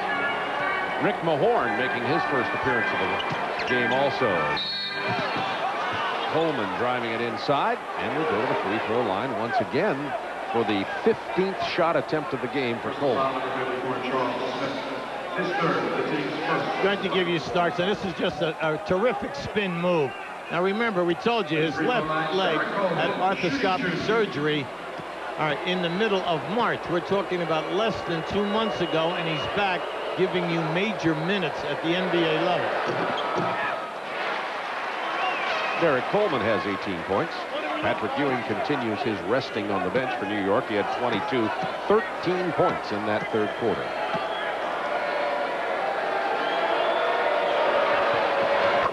Coleman knocks them both down, and it is a 11-point lead for the Knicks with 11:20 to go in the game. He said they need some stops right now, get out easy baskets, and then if it doesn't happen, take advantage of the fact that Ewing is out of the game. Smith over Gilliam, rebound Coleman. We have the 2 point guards in there, Anderson and Wesley. They're not going with Johnny Newman on the substitution while Edwards is out of there. See, Gilliam was wide open. Wesley was taking it to the other side of the floor. He's still wide open. Nobody sees him. 5 to shoot. It'll take too long. They're taking him too long to get started. 2 to shoot. Anderson has to throw it up in a shot of desperation. Knicks by 11. See, Starks is mad. He's yelling at Harper to throw him the ball, and Harper's yelling right back at him. You know, I'll run the offense, and we'll set up here. Well, Smith has 18. Well, we tell you during his first 4 years with the Clippers, he averaged 18 and 9 boards. Punched away by Starks. Rewarding Oakley for all that hard work. Yeah, that's nice. You always like to see that. And then the big front court people don't mind running and helping you when you have a breakaway in case somebody misses. How would you like to play in this building? The Knicks lead by 15 and thunderous applause for the visiting team. Dutch boy in the paint. The Knicks rebounding from a deficit in the first half. And look at the big men, Ewing and Smith. Well, you can see the dominance with the boards, and then Ewing and Smith not only with the points but also with the rebounding. And the second chance points coming off offensive rebounding. How about this hit on Starks by one of his own guys? New York 23, and that looks like you and I trying to get to the buffet this afternoon. Ow! New York 23-7 in second chance points. You know what? That's a flagrant 2 on you, Hubie. Now you really look good. P.J. Brown. Kenny Anderson. Knicks are feeling it. You can just see it in their defensive intensity. Well, they're really alive in their foot movement. They're covering the areas. They're doing a great job on dribblers, and they've kept it up so far. Right from the opening gun. Yeah. As opposed to the Nets having the intensity of feeling elimination, the Knicks came in with the attitude here tonight. Pat Riley said before Game 3, we are a fourth quarter team. We won games 1 and 2 in the fourth quarter. He said, why? We lift every day. All of our players go through a weightlifting program every single day. Then they run through a 30-minute nonstop shooting situation before they even get to their offense and defensive drills. So he said, our guys are hungry. They want to be pushed because they understand what it takes to get to the Eastern Finals. Your team's understood that, too. I liked your line on it. Players believe in the fourth quarter. You can look at it 2 ways. One is we're tired. The other is it's our time. And it's 78-65 Knicks now, inbounding on the side with 9:18 remaining in this game. Patrick Ewing back in. Well, it's difficult to say at playoff time against great defensive teams that you're going to upgrade your defense and then you're going to upgrade your offense efficiency if you don't work hard at it over the course of the season. Mahorn with good defense. P.J. Brown with the block. And Ewing finally shoots the air ball. Gilliam gets it to Anderson. Mahorn bodied up on Ewing. Very tough there. Mahorn has a couple of minutes left in his aging body. That was a nice move. Nice hesitation by Kenny Anderson. Do the Nets have a run left in them? Well, we always say that you can make the run against the Knicks. Now, in the building the other night, this is when the Knicks took over. Now, let's see if the Nets have it in them. Whistle on the entry pass, and Mahorn and Ewing with a few words. That foul is on Rick Mahorn, one of the original bad boys from the Detroit Pistons. Now, Mahorn is not going to allow Patrick to set up. See, when he puts that forearm on your hip, we're talking 275 pounds. That's caving in your left side. Ewing with the offensive foul. Oh, Rick Mahorn in shades of better days for Rick. Well, he baited Patrick into that. You're going to see he guesses now when the ball comes in here, right? Ooh, he took one right on the jaw. But he baited Patrick into doing that. He took it, and he's smiling now. He's probably throbbing, however. Knicks by 11. Nets trying to cut it to a single-digit lead. Look at that trap on Anderson. Armand Gilliam. Illegal defense called against New York. The Pat's all upset on the side. He feels that his people are in their areas. But if a guard stands out past the top of the three-point circle, the guard playing him cannot be below the foul line, and that's what just happened with Anthony. He was trying to get back down in there to double team on Gilliam. Dare I ask this question as you saw that shot of Pat Riley? Do we see additional gray edging into the well-coiffed mane of Patrick Riley? Oh, come on, he's getting up there a little bit. I mean, he's entitled. He's entitled to a few, don't you think? Distinguished on the temples there. All right, that'll be the new look now. Well, this has been a tough season for Pat. He's had many a guy injured during the course of the season, but like he said, they're a very, very talented basketball team. They have 11 guys that want to be starters. So as long as Oakley and Ewing are not injured, they can rotate everyone else. Charles Smith. Now, this time, Mahorn's played big his couple of minutes in the game. Take advantage of this now. Anderson. That's a three. And the Nets have cut the Knicks' 15-point lead to 8 with 7:39 to go. And the Knicks get a timeout.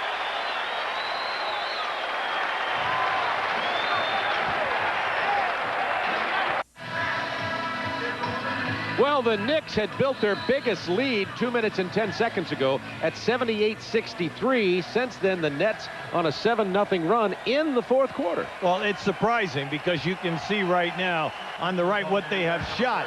And we told you at the top of the show, that comes out to 19%, 9 for 48. But right now, they need momentum from the defensive end to get them into the flow. Let's see if they can pick it up defensively, and then the big factor, hold the Knicks to only one shot attempt. Rick Mahorn has been a part of that since he started putting his big body on Patrick Ewing. Knicks looking for Ewing. Mahorn on the defense. He fouls Patrick, slapping it away as Ewing spins into the lane. Now, he gambled, he tried.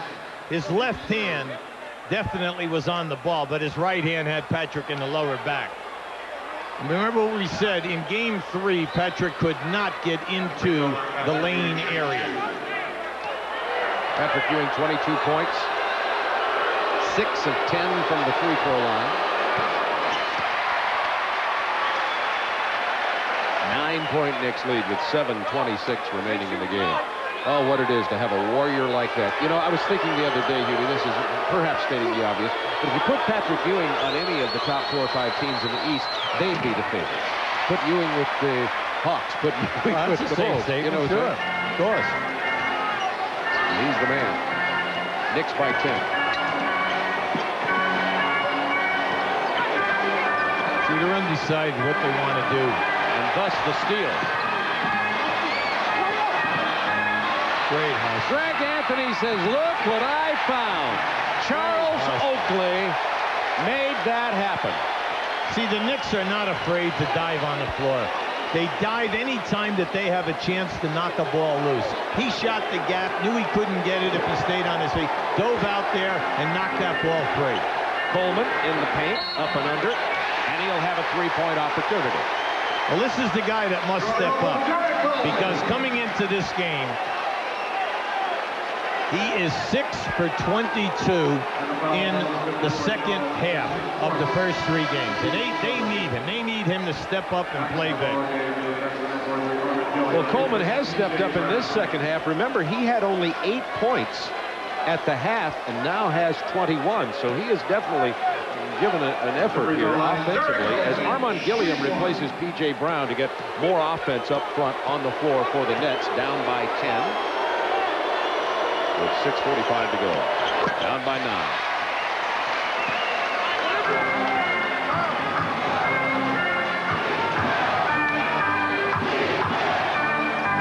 The Knicks continue to run down screens for John Starks, and then they love the 2-man game with Ewing, Starks and Ewing. Newman with a real problem trying to defend John Starks. He's called for the personal way out here beyond the arc. Well, what you like about John's game is he's extremely quick off the dribble, and it does not matter if he's going to his right or to his left. Significant number here. That was the Nets' 4th team foul. Only 3 have been committed by the Knicks. 6.5 to go. That's big.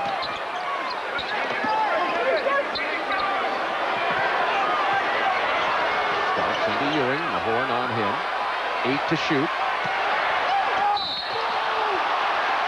Anderson stepped in there for the double team as Ewing hits the deck once again. See, once again, Rick is reaching in to try to get the ball before Patrick gets up. Watch the arm. See, there it is right there. Now, on the baseline, Darryl Garrettson, no call, but outside, all right, we have the ref looking right at the call. And he called it on Kenny Anderson. Knicks by 9 with 6:13 to go. And now, like what Bob just told us a few seconds ago, the Knicks are now shooting the penalty, a major advantage as you are going down the stretch. The Chicago Bulls won 3 world championships, among other ways, by getting into the penalty earlier in the 4th quarter. And, of course, what do you do with Michael Jordan except send him to the line? Ewing 26 points, 17 here in the second half. Coleman spins inside. He draws the foul and is hammered to the floor. See, what I like about this group that the Nets have in there, meaning Mahorn and Gilliam, that any time that the man leaves the double team, and you're going to see it right now, the double team will be coming, and once the shot goes up, you'll see Ewing right there. But on the other side of the basket, you have Mahorn and Gilliam moving in. That has been there for them anytime Coleman posts up. Patrick Ewing just picked up his 4th personal with 6 minutes to go in the game. Nets center Benoit Benjamin's been on the bench most of this second half, carrying 5 fouls. Derek Coleman, 15 of 18 from the free throw line. He has only 23 points in the game total. Yeah, but you like the fact that he's going strong. He's getting hammered, but at least he's getting to the foul line and they're getting points up on the marker rather than shooting the fadeaway jump shots and getting nothing. And then a long rebound, and New York is out in the open floor. Knicks by 9. Plenty of time left, 6 minutes. Chuck Daly said, however, double-digit lead for New York with 4 minutes left is like trying to cross the Pacific in a rowboat. Knicks ball. Darryl Garrettson on the baseline was screened out, and he went right to Jimmy Clark here on the side, and Clark got the deflection. You can see it right here. There goes the ball in there, and there's the deflection right there by Gilliam. He got the deflection, then made the officiating call, I thought, which was nicely done by the veteran, Charles Smith. Misses. Rebound, Johnny Newman. Now the big forward's wide open here now because Oakley's just getting over half court. And Anderson drives inside. He is called that he will go to the free throw line. They say Charles Smith fouled him. And the Nets catch a break that time. Yes. Oakley did not get across half court because he had difficulty getting up off the floor. So the Nets had the 5-on-4, but when you take it right into the trees, meaning challenging their front line, all you're doing right now is reducing the percentages of the advantage. Anderson misses a free throw. Tired late in the game, probably. Chance to cut this 9-point lead to 8 with his second. He's an 82% foul shooter over the year, but good point, Bob, with the fact that it is fatigue, because he's been dribbling all night long against the double team. Look at this. Loose ball foul is going to be called on Rick Mahorn. That's costly. That's costly. Absolutely. There's that look. So you had, as we pointed out, they're in the penalty, so sure, it goes down the other way. You had a chance to get it to 7. Now they have a chance to put it to 11. And you had, you know, one of your premier foul shooters going to the line for you. You can certainly see the fatigue on the part of Kenny Anderson. He's slightly built anyway, as you said, except for just brief moments of playoff action a couple of years ago, 3 years ago. Kenny Anderson having his first playoff experience. I was involved in televising Game 1, Hubie, and I talked to Kenny Anderson after the game, and he said, you know, Chuck Daly was telling me how difficult the playoffs would be, how many hits I would take, how I would have to take the physical abuse on my shots, on my passing, on my dribble penetration. He says, I'm going to have to learn from this. And I think he has learned, but he's not been able to put any meat on his body. He's still taking the hits. Well, it'll be an interesting summer for him. Coleman inside. He has 26. Knicks by 8. 5:18 remaining. The Nets hanging around. Now they're going to use Starks off a down screen. See, once again, and here comes Ewing to set the screen and run. Mahorn came out to punch the ball away, 5 to shoot. Charles Smith with 3. Anthony from the corner. Air ball. Well, they catch a nice break. Give the Nets a star for the hustle. They get the air ball, but fortunately for them, Ewing could not pick that ball up. He fumbled the ball, and that's what caused the 24-second clock, because I think that Patrick might have had a shot attempt. Exactly, the violation because of Anthony's air ball from the corner. And now the Nets have a chance to cut this Knicks lead to only 6 points. Well, they get a score here right now. We'll see a little tension. This building will come alive, but we're not sure for which team. Yes, for sure. Anderson misses the 3. Coleman, big rebound, back to Anderson for the penetration. Patrick Ewing blocked his shot just like he did in Game 3. From the corner, that's a 3. Johnny Newman, and we have a 5-point game. Get back in the living room in front of your set. Foul on the baseline. Newman holding on to Starks. See, they've been consistent with this all night long.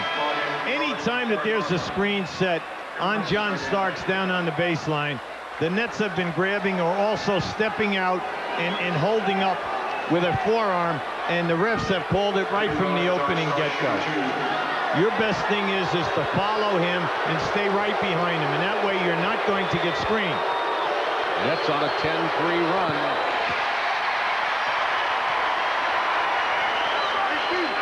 He played big in Game 3 with his 15 points, and again tonight, he's really come in big, and he's got 13 looking at 14.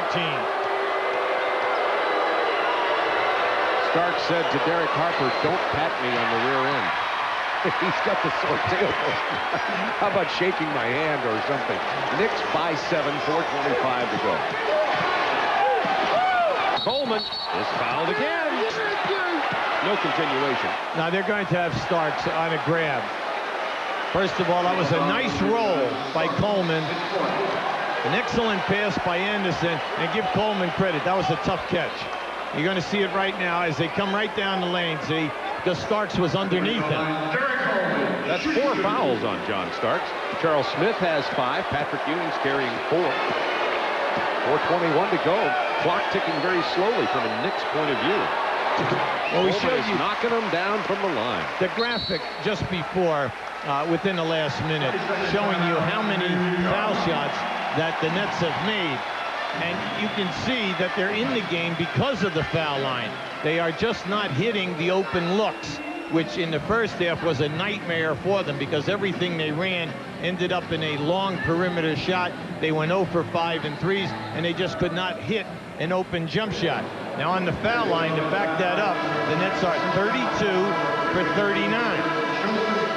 But they're only 23 for 67 in field goal percentage, which is 34%. 82 on the line, 34% from the field. Coming up next, Rockets Blazers. Hold on, how about you and I a nice hand for Chuck Gardner, our stat guy, who delivered all of that under pressure. Under pressure while you were talking, the cards were flying. Well, it's playoff time, you know. You've got to be ready for them. And Chuck's one of these East Coast guys who plays tough in the playoffs. Knicks by 6, 4:21 to go. Now just think of this, Knicks by 6. And we're talking about the fourth quarter woes of the Nets, and they have stepped up big, particularly, and give him his due, Derek Coleman. This looks exactly like what happened in Game 3, but we have the teams reversed. Starks, just too much for Newman. That's Nets ball, trailing by 5. You never throw a direct pass in that painted area. No big man can even catch that. I mean, that was just thrown too hard. Throw the bounce pass if you must make the pass so that the guy has a chance to see it. Newman, offensive foul. Tough. That's a tough play. And give Oakley the credit. He took that charge right in the chest. Newman hurting too, but it looks like he'll be all right. Newman goes right by, and then Oakley comes across, and once again, you saw how far out he was from the basket. If he was underneath the rim, they would never get that call. Yeah, he was way out of there. And there, when Newman falls flat on the floor, right on the pelvis bone, is where he took the real hit. And he'll be sitting down now as Armand Gilliam comes onto the floor. The key to their defense in New York is Oakley. Oakley's the guy that is always rotating in the lane to pick up all of the cutters and help out. There's the double team on Patrick Ewing as he spins down to the baseline. Hits the shot. Gilliam got there too late. Tough shot, Bob. Tough shot, tough angle, and the defender was hanging all over. Well, we saw those shots come from Ewing in the fourth quarter in game number 3. Knicks by 7, 3:25 to go. Gilliam has it punched away. Coleman is held by Oakley. Both teams in the penalty now. Oakman said, not here. You are not going by me and embarrassing me. That's 4 on Oakley. 5 on Charles Smith, 4 on Ewing, 4 on Oakley, 4 on Starks. 3:20 to go in the game. Oakley has had just such a solid year. Made the All-Star team. His minutes are up 10 minutes over a year ago, and he's rewarded this club with in the cement rebounding and terrific defensive rotations to make that defense what it is today. Derek talked that one into the hoop. Derek now 19 of 22 from the line. He's looking for his 30th point. You know, and you just get a sense that the Nets aren't frenzied, you know, in a desperate sense. Their season will be over unless they come back. But yet they are coming from behind on the defensive-minded Knicks, who lead it only by 5. Was a 15-point lead. 70 to 63. Steve Mahorn is hand-checking Ewing, and it's difficult for Patrick to get started. Well, how about that? Now that was big, because Mahorn would not allow him to move, and then he finally just shook him. That was a tough shot. Coleman will go to the line again. 21 points for Patrick Ewing in the second half. We have a timeout on the floor. The Knicks had led this 78 to 63. Since then, the Nets come back to trail by 7. 2:49 to go. The Knicks leading it by 7. As you look at that score, the Knicks 91 points. This is their 5th game this year in this building. It's the first time in 4 quarters that they have scored 90 points. You can see the foul trouble. Oakley and Smith, Benjamin and Newman with 5. 2:49 to go. Charles Oakley, by the way, as we went away, picked up his 5th foul on that. And the situation here, New York and New Jersey both with 3 fulls. They've used their 20. Nobody has a foul to give.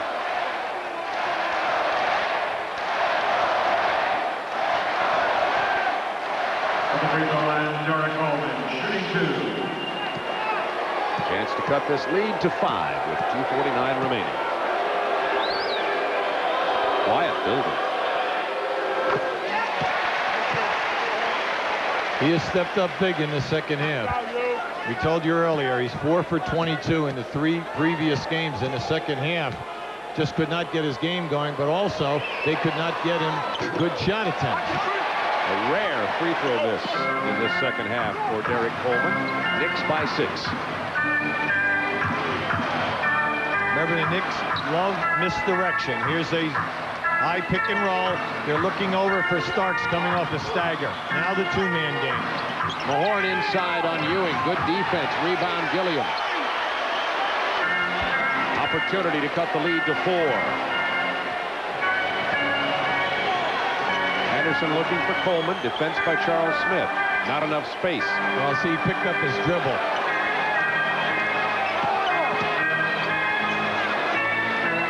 Coleman out to Edwards. Only 2 seconds to shoot. He's going to take it from downtown. Air ball. 24-second violation. Knicks defense. Credit Charles Smith on Coleman. Oh, he did an excellent job. Coleman tried to hook him, and he could not move him out of there. Charles put him right behind the backboard, and then with no one on ball side, he had to go diagonally across the floor. 2 minutes. Oakley with the pick and roll with Harper, who's going to find the lane open. The dish to Ewing. Good play by Mahorn. Mahorn finally gets a call. That's 5 on Patrick. Yeah, right into his chest. You're going to see it right here. Mahorn, Ricky, anticipates. That's that fadeaway that Patrick comes up, gets you with the elbow, and then he catches you with the knee on the way up on that fadeaway. Remember, like Bob just told you, each team has 3 timeouts. Full timeouts. They're posting. Now they're running a down screen for Anderson. 2-man game with Coleman. Boy, Harper got through that. Into Coleman. He's down low. He missed it. Ewing comes away with it. Coleman had the opportunity, couldn't put it down. And then they had 2 guys, Gilliam and Mahorn, right there, and the ball just went right off their hands. Minute 19 left in the season for the New Jersey Nets, unless they can come back from this 6-point deficit. The Knicks continue to run the screen for Starks and then look for either Starks or Ewing. That call is on Rick Mahorn. Nope. Yeah, it's on Mahorn, his 4th foul. Minute 9 left in this ball game, and it'll be tough to overcome what will now build to an 8-point lead by the Knicks if Ewing knocks down these free throws. Well, the big thing with the Knicks, Bob, they continue to go and stay with what is hot. And this set that they keep running, it has been very good for them now in the last 3 minutes. There we have Chuck Daly, Hall of Fame on Monday. He will be inducted along with Denny Crum, Buddy Jeanette from the old days of the league, Cesar Robini from Italy, and then also Carol Blazejowski, who grew up right here in Cranford, New Jersey, played at Montclair State, was the leading female college basketball scorer in the country in the NCAAs. Knicks by 8 with 1:09 to go. The Nets are about to take their early vacation. Knicks 1:09 away from advancing to play against Chicago in round 2. Patrick Ewing has been big, big, big here in the second half. Coming up, Ron Thulin, Doug Collins will have the Rockets at the Blazers. Houston hoping to close out that series immediately following this game. Stay with us. Well, the Nets started the season 13-20, finished 32-17, beat the Knicks 4-1 in the regular season, but the Knicks have come up big in the playoffs. How about that steal? They inbound the ball, throw it right back to the guy out of bounds. Morris attempts the 3, and Oakley knocks it right out of his hand. That was key. Now you're going to go to the line. You have a chance now to go to 9 or 10. Well, that's going to be a war with Pat Riley's Knicks, Phil Jackson's Bulls. Atlanta will play Miami on Sunday at noon in Atlanta for the opportunity to meet Indiana in the other Eastern Conference semifinal game. And the Nets are seeing it drift away here. Only one time in the last decade have the Nets advanced past the first round, and that was in 83-84 against Philadelphia. Oh, there's the killer. Patrick Ewing up over the top of Coleman and taps it in. Gilliam has it blocked by Ewing. And this will be the cherry on the sundae. And a little shake by Patrick.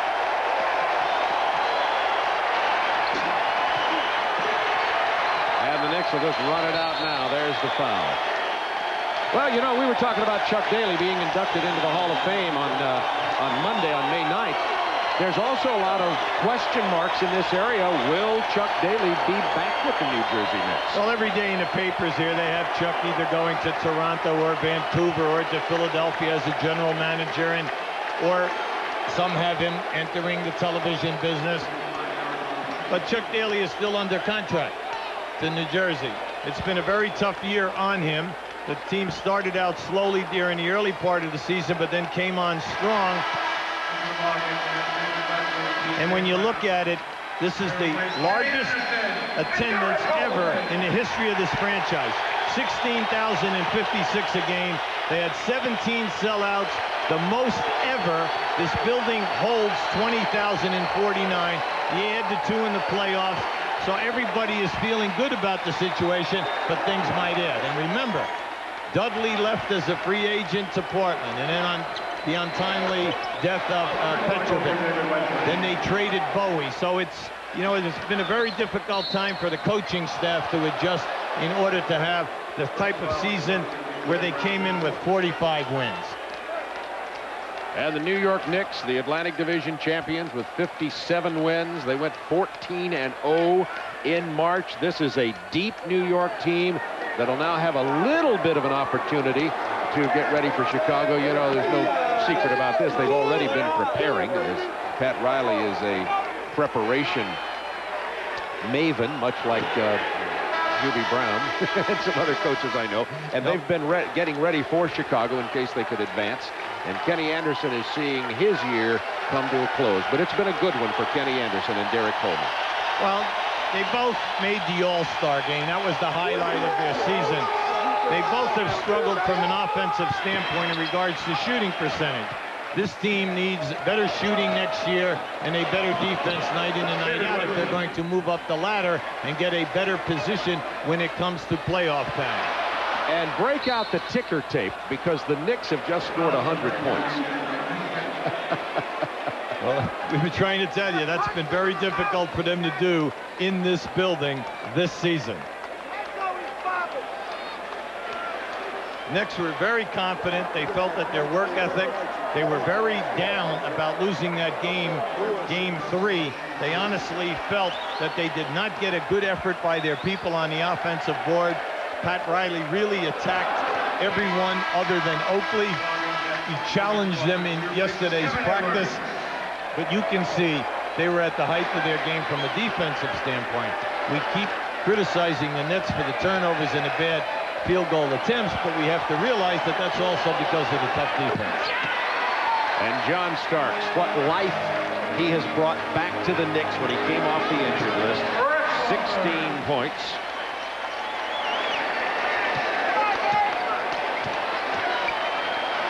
And this game is 10 seconds away from being history, as is the season for the New Jersey Nets. John Starks will hold the ball.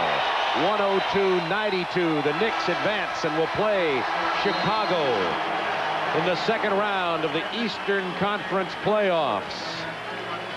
Our Budweiser player of the game could have been any of several, but Patrick Ewing, big in the second half, 27 points, 14 rebounds, 12 of 16 from the line where he had been struggling, and as he's done so many times, stepped up big. Budweiser will donate $1,000 on behalf of Patrick Ewing to the United Negro College Fund. Final score, Knicks beat the Nets 102-92. And the New Jersey Nets await next season. The Knicks await the Bulls. Coming up next, Houston at Portland. In the first round Western Conference playoff, Houston leading 2-1. Ron Thule and Doug Collins standing by to bring you that on TNT. For Hubie Brown, this is Bob Neal saying good night from the Meadowlands.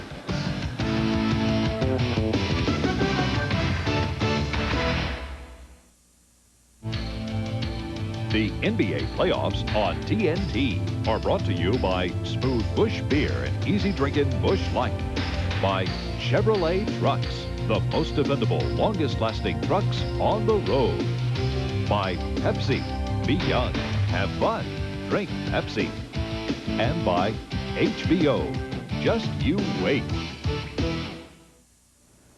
For the first time in the series, somebody scored 100 points. It was the Knicks. They put away the Nets 3-1 and will host Chicago in the Eastern Conference semis beginning on Sunday. Coming up next, Houston and Portland. The Rockets look to put away the Blazers. Ron Thulin and Doug Collins have the call next.